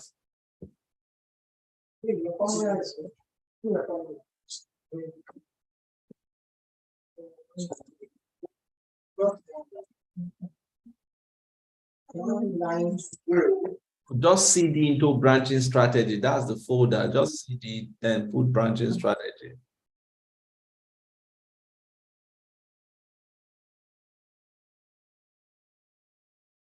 Just use tab to complete it. Then do code space dots. It's just to open Visual Studio from that location.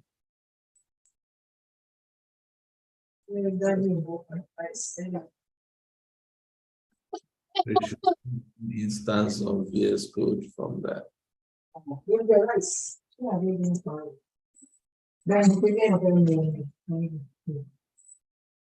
It is open. Yes. So we can't see it.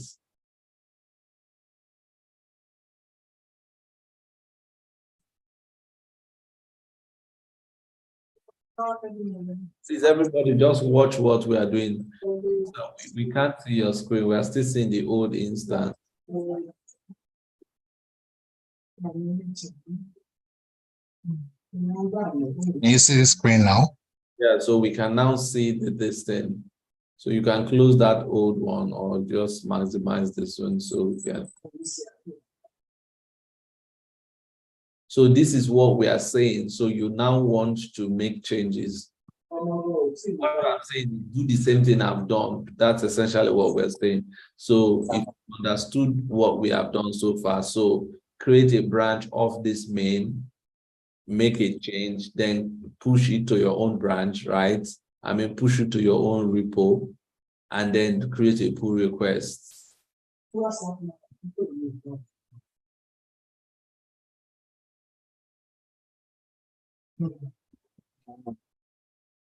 Click on the files now.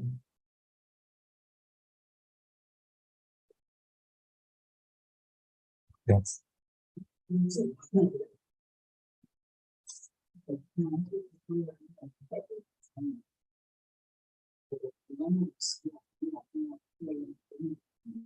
Are you seeing is showing my name on your screen? Oh, okay. I'm just trying to teach you. This is what we have done. I'm not sure why we are making it look like it's difficult. All of you have created branches before, is it not?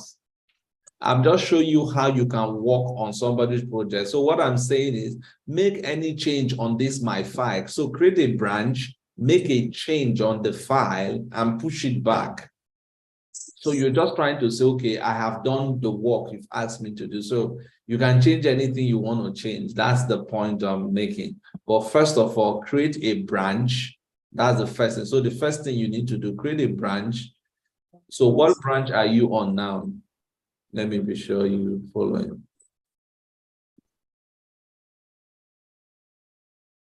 How do you know where you are on? How do you know from your screen? How do you know where you are on? I'm on the main branch. So what's the first thing I said you need to do? Create a branch. So create a branch.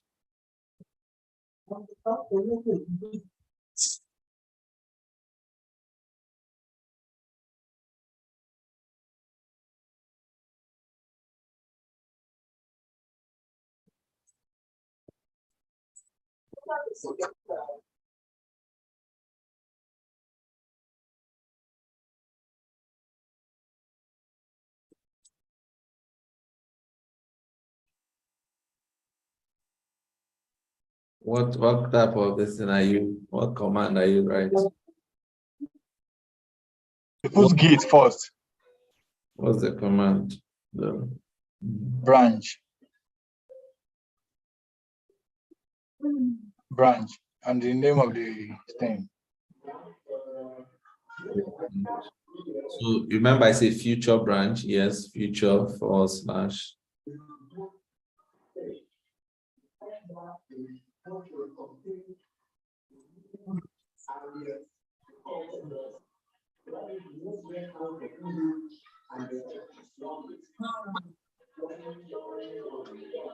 No, why are you adding dots now?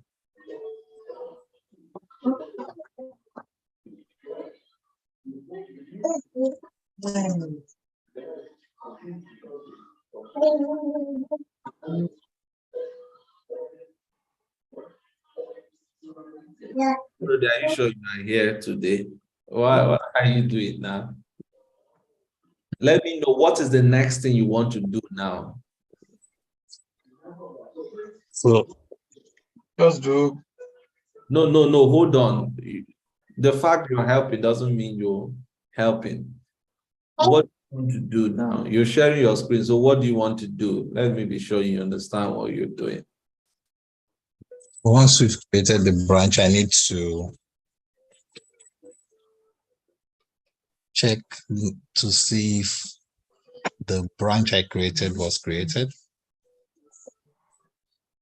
So how do you check it? Git status. Does Git check the branch? The branch. Git branch. Yeah.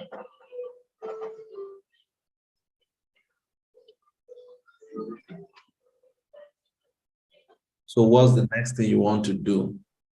You need to communicate now. So what's the goal of what you want to do and the whole thing? I need to know. So what are you trying to do? Because it looks like you have your own agenda. Let's make sure we're on the same page. So I'm still on the main branch now. Okay, it's taking me into the. You need to go to the new branch.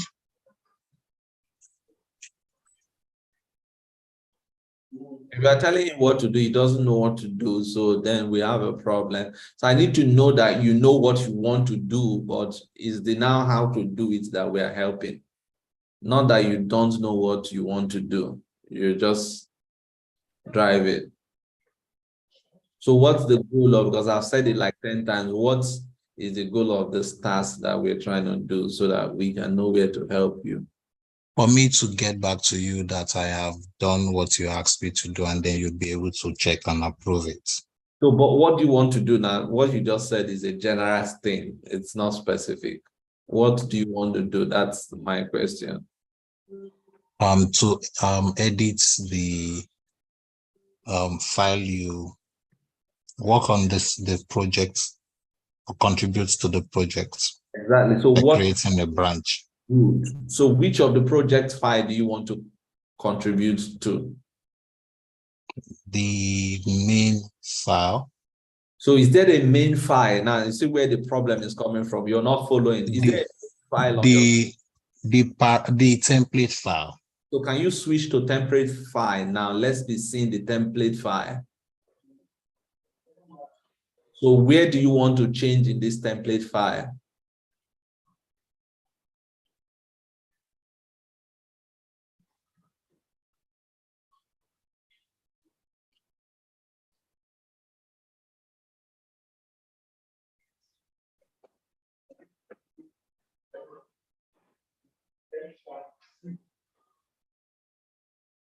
I'm not saying change. I'm just asking, what do you want to change? It's a very distant. You can change comments, but what do you want to change? I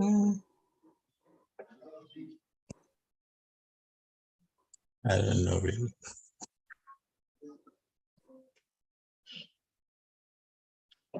So Maybe this, description or something.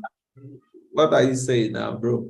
So you cannot change something here. You cannot either change the name or something. So that's the thing now. So that means you don't have anything you want to do. Do we go to another person? Can we do with somebody else? So I don't waste our time. No, but you're not following I think I'm stuck. to do it. That's what I'm saying. But why can't you change maybe line 8, enter your storage account name here, or change it to something else? It's a very simple thing. But I want you to understand what we are doing. That's the whole idea. Now, what do you mean now? You're not following, and that's the issue. It looks like you are distracted today. I was actually following. You're not following because it's a very simple thing.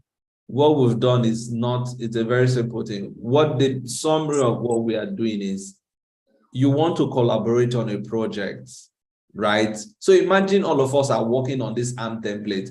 What I'm even expecting some of you to do is to add one more resource to this thing. That's you adding something.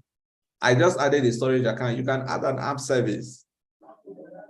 Do you understand? But we are making it look like it's one big thing, but we're just modifying this thing. We're modifying the templates.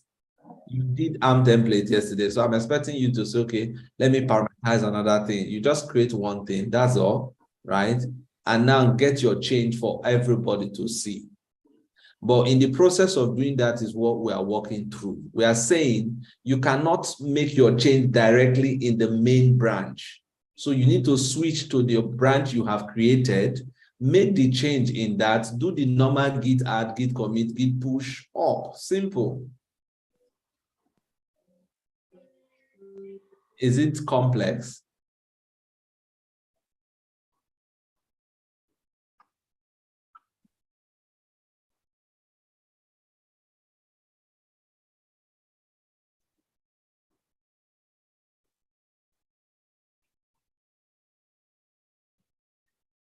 Hello, are you still there? Yeah, I'm here. Switch to your branch, your new branch.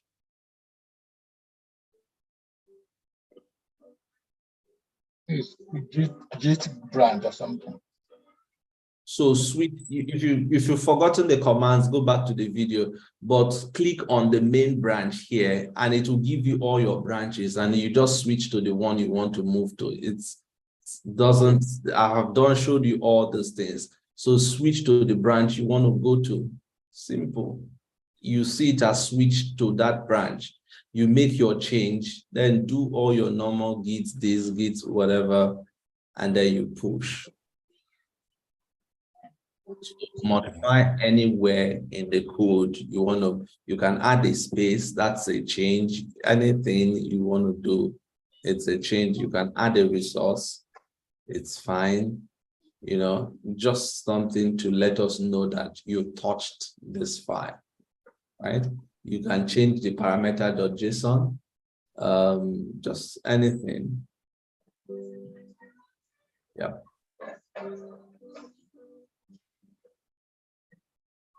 You need to save it. Yes.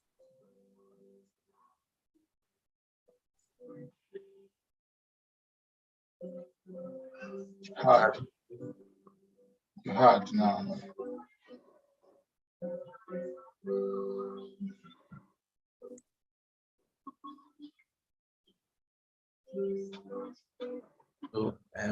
screen. Do you put dots? Git add dots or something. Space dots. Yeah. Commit. Dash M dot M. No dot. Sorry, dot M. dash M. Oh, sorry, dash M. Space double colon. Open.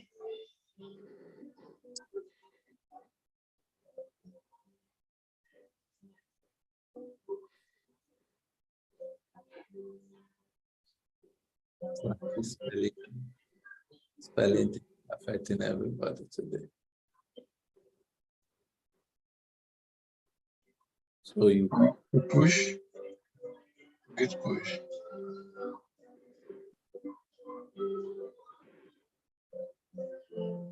No, those are no dot. adding period. Why? Just push. And now copy the origin. So copy that command and Yeah.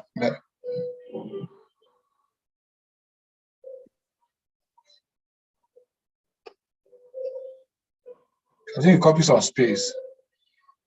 No, I didn't. Okay.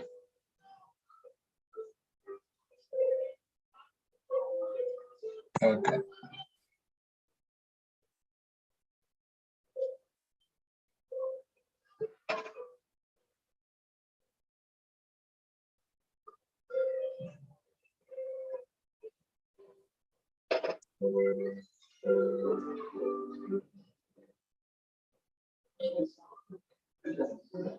right. So you go back to GitHub. So you see created a new remote branch. So go there and create a pull request.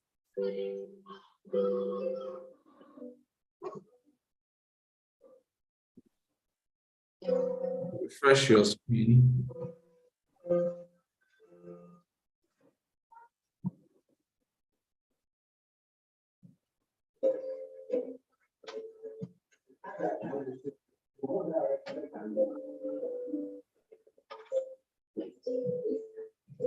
Back to code. Now go back to code. Now you see it's now telling you, did you push your own branch? Yes. No, you are in my page. Go to your own page, go to your own repo. So you need to click on your own distance. This is my own page. So click on your repository. Your repositories. Yes, here. So branching strategy. So are you seeing it's telling you that what this branch is one commit behind the main, right? So I think they've actually made this thing a little bit easy for us because previously, so what happened is that the change you actually made, because Cheesy has actually updated the branch, you can't even create a pull request for this. So what you need to do is you need to, you see this option here where it's telling you need to sync the fork. So Yes. click, so that's what you need to do. Yeah, you can click on that. Yes, so update branch. So that update branch now, all right, so you see what it said? It said you have now successfully done what? Fast forwarded from that upstream branch.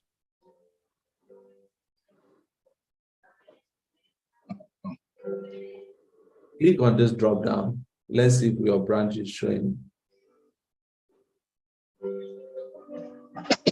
Your branch is showing, right? So click on new pull request.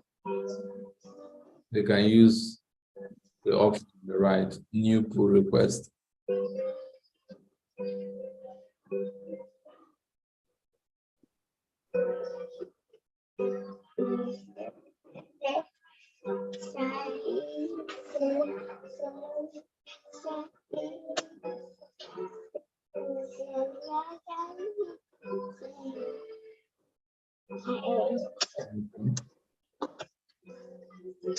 Are you sure you save the changes?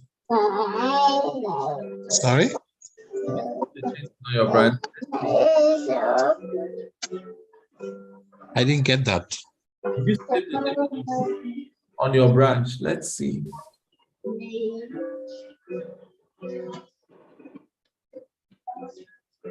You save the changes. I didn't hear I'm not hearing what you're saying I clearly. said, did you save the change you made? It doesn't look Yes, like the change. we did. It doesn't look like you did. It doesn't look like there's nothing showing on your branch. You did not save it. So just go back there. You see it's now you saved it, it's now modified. So do it now. So do all those things again now. You now need to push it. So you need to git add, git commit, and everything. So it's now is showing modified before it was modified.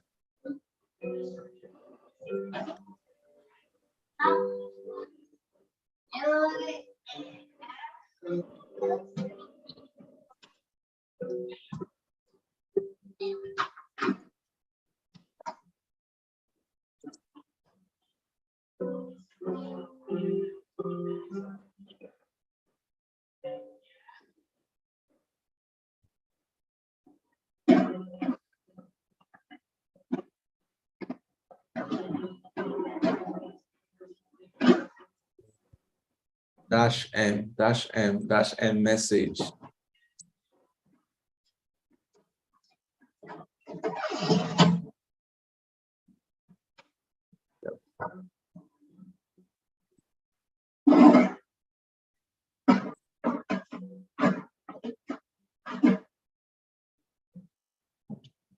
Then push.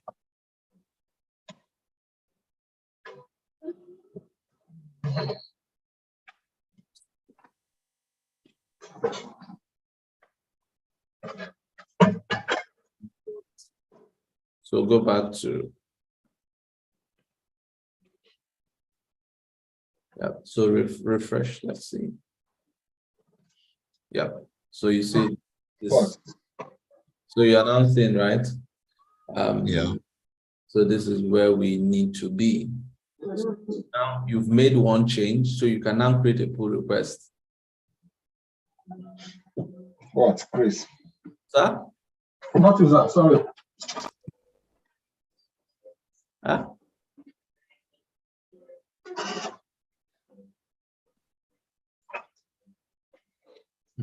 Like you are hungry like me.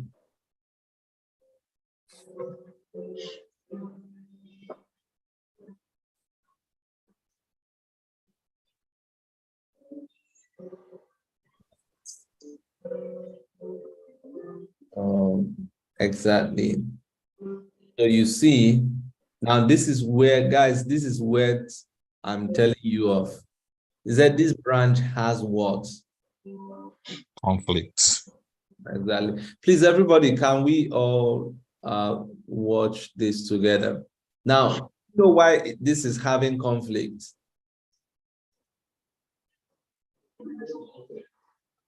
I think I said it earlier. It's saying only those with right access to this repository can merge pull requests. Yeah, but that's why you're raising the pull request, right? We are saying why is there conflict? Because people are adding different names, modifying the same name. Do you understand it now, Korode? So Yeah. we are collaborating, and this is why we use pull requests. So that's the right thing. So because somebody else has actually made a modification you don't have, or you did not pull into your repo, right? Into your own branch. Yeah. So now you are now trying to push. Are you seeing it? Mm-hmm. Telling you that there's something you currently don't have. So what we're going to do is that you now click on resolve conflicts. Are you getting it? So when you Yes. click on resolve conflicts, so are you seeing it? Somebody changed something. So this is your own branch here. So this is the change that is coming in from line 8 and 9. While the main branch currently have enter your storage account name below. Are you getting it? Yes. So you now need to know which one are we going for? Is it your own branch or the main branch? So The main branch. that means you are throwing your hard work away.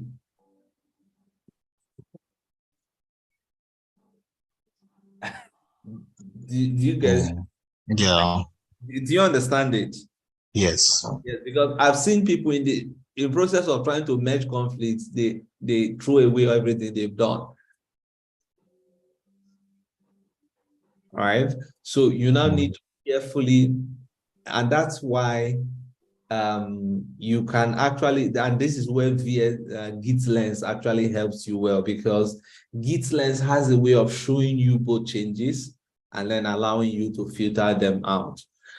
Because sometimes this one is so dramatic because the line that it's complaining about was actually the same line that Cheesy changed. Even though in quite a number of times you won't have conflicts on the same line, but it may be the same file. Do you understand? Because I wouldn't assume that two of us are working on the same line of code at the same time. Do you understand? But we may be working on the same file. Yeah. So you just see, okay, yeah, maybe you added this is a new Mango, and me, I'm working on something, list something, and then it will just tell me, okay, this file needs to, but not exactly on the same line. So what we need to do here is, because this is a very, very simple conflict, it means that we should just accept one or the other, right? So if you scroll down, okay, go up, sorry. What you need to do is, Git actually made their own very, very, try to click on that line 8 where you have you need to do this manually. Click inside that and you should be able to edit inside it. Yeah. Okay. So yeah, try to backspace and accept that your own. No, that's where you have feature / your name. Yeah. Yeah. Try to clear off that one. Yeah, remove it. And that is the one we want to accept, right? So you now come to from 11 to 9, delete everything. So you can highlight and delete. Just highlight all to line 9. No. You don't want to delete it too. Delete those dots that separate sets. Yeah, delete it. Yeah, then you can remove the extra space on that line fast. Then you can now, fantastic. So you can now click mark as resolved. Do you understand? So what you're now saying is that I want to update what is in place. Do you understand? Yeah. Commitment.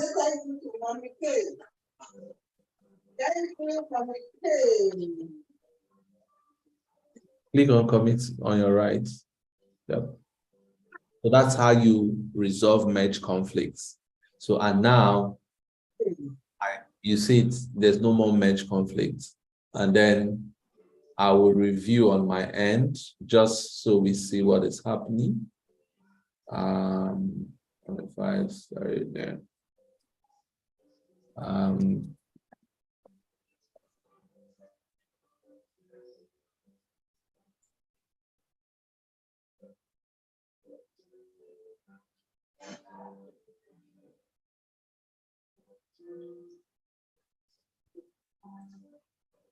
Okay, so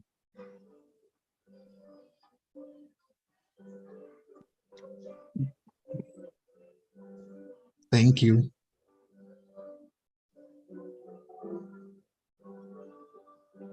You are not my resource. huh? Mr. Cody is not my resource now. Is now who? You got what I said. Eh? I pass emergency. He's trying to tease me. Just ignore him. Okay. Oh, you stopped sharing your screen. I was trying to approve the request. Share your screen back. We are not done, sir. Oh, you are tired. Yeah, so you should see that it's merged, right? Yeah. So when you go up, Yeah. you see you can now so you'll see your page modified into main, and then you have the option of deleting your branch and all of that. So basically this is how we collaborate in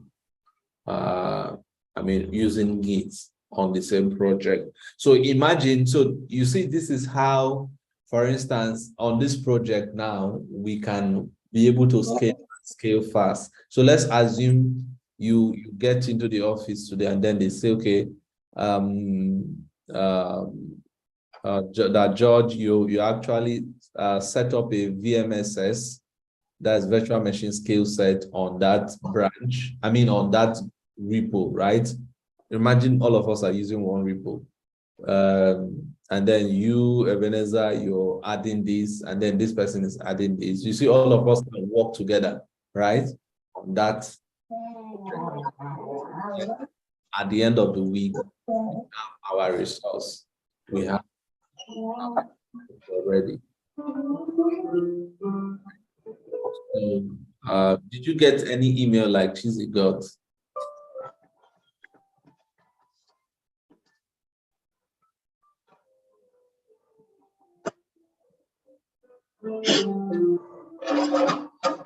No. Okay, that's weird. So Chris. All right, thank you, sir. I have a question before you stop sharing. Oh, stop sharing already.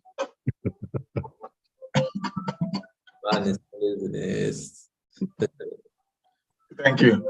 So I can see that we are doing this margin and everything on the browser, right? Mm-hmm. Okay. All right, thank you. That's my question. Yeah, I got the email. Okay. Oh, okay. Okay. Just that's basically how it works. The people, when you're collaborating, you'll be getting all those kind of notifications and all of that. Our time is almost up. I'm not sure if we can touch on, do we still have enough To meet the student. Git flow? It remains the students. Which student? Kenny. Is it on this thing we've just done now? Yes. It's telling me changes not stage for commits.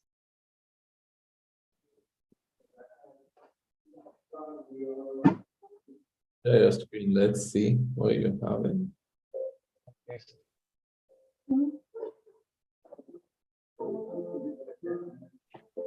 Tell me.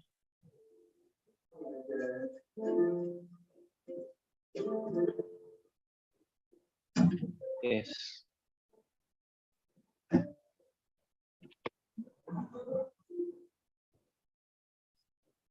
Mm-hmm.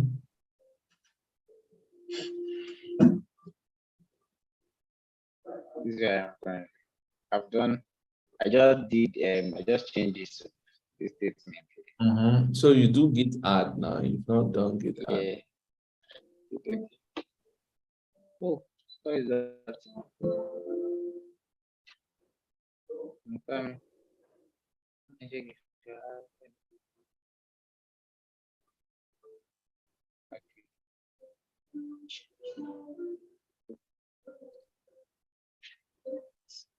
this right? Then I should commit. Always do the status in between to check the state of things. Let's not forget it. Please give status. So are you saying what it's telling you?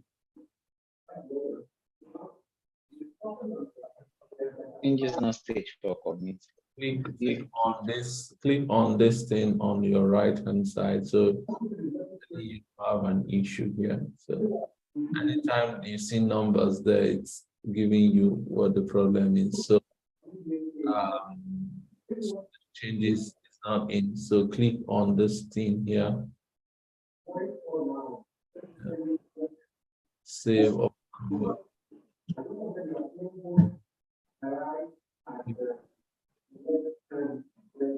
Cancel that stuff. Enter a commit message.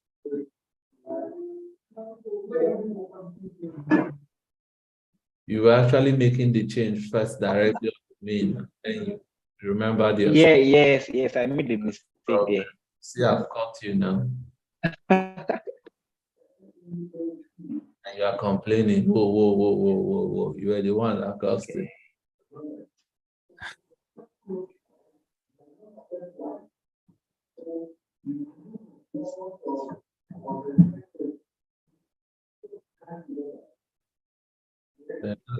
Now, so switch back to your main. That fix what you did there. Okay. Next time, don't save something and then remember yourself. And it was the way you called me by name. Oh, that was true.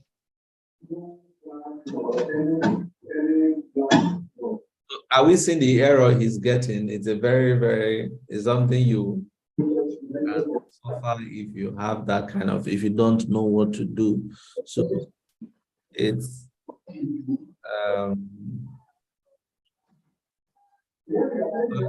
just here now. Click that and switch for you. Okay.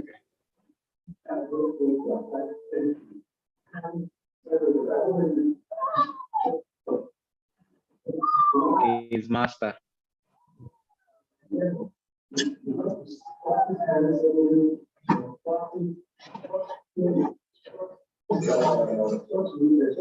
Should I change this thing?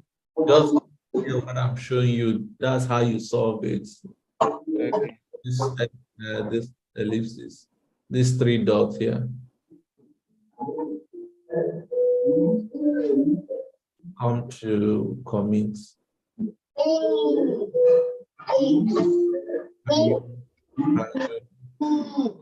Undo last. There's noise somewhere.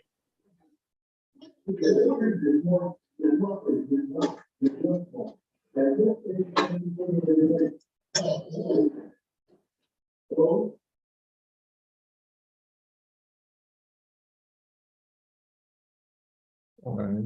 So click here, click on commit.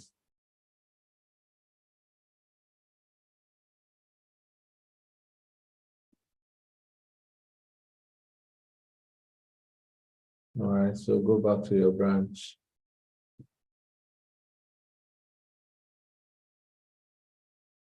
I'll try to enter it now.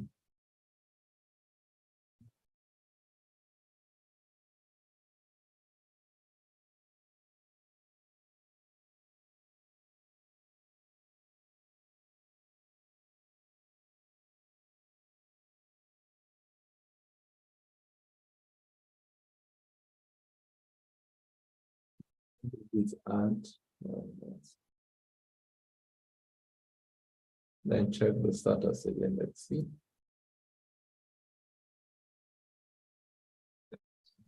Let's say commit or discard to discard changes.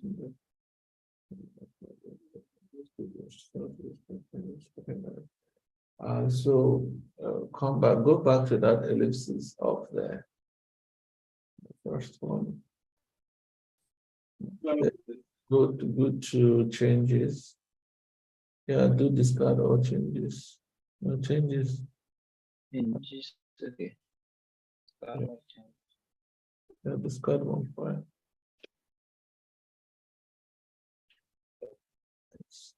There's a change. So this was where you changed initially, right? Yes, sir. All right. So let's Check it on the main also. yeah, so go back to main.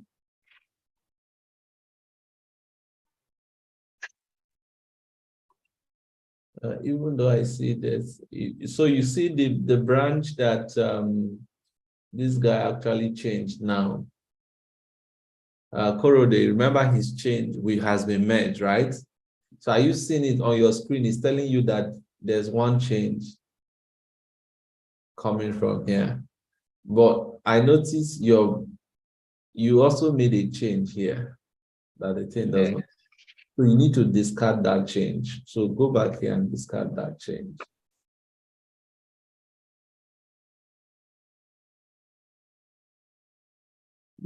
Have you discarded it?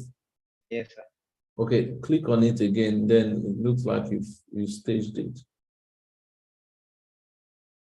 So yeah, go to commit. Yeah, undo last commits. Yeah. So click on that. Enter that. Yeah.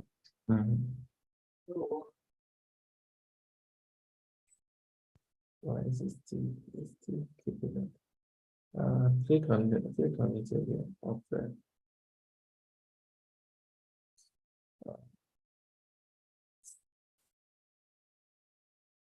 Start to push.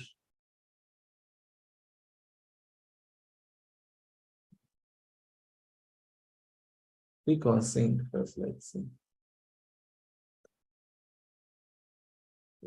Let me see if it will fail. Click OK.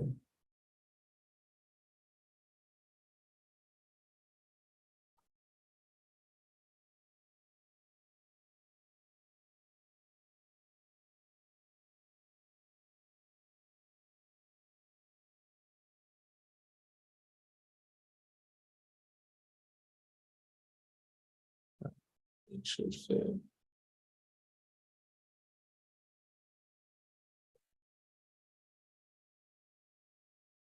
It will fail because you're trying to push directly and then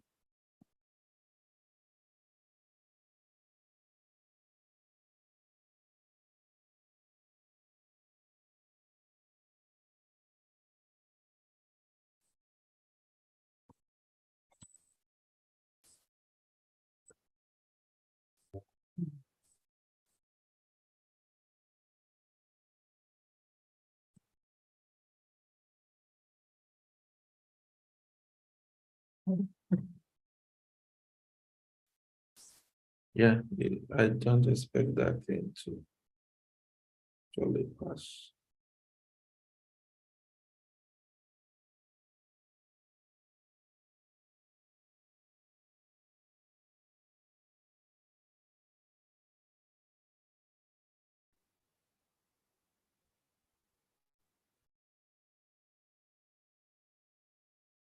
It's taking forever. So what you need to do, it's actually on staging of that commit, and then you can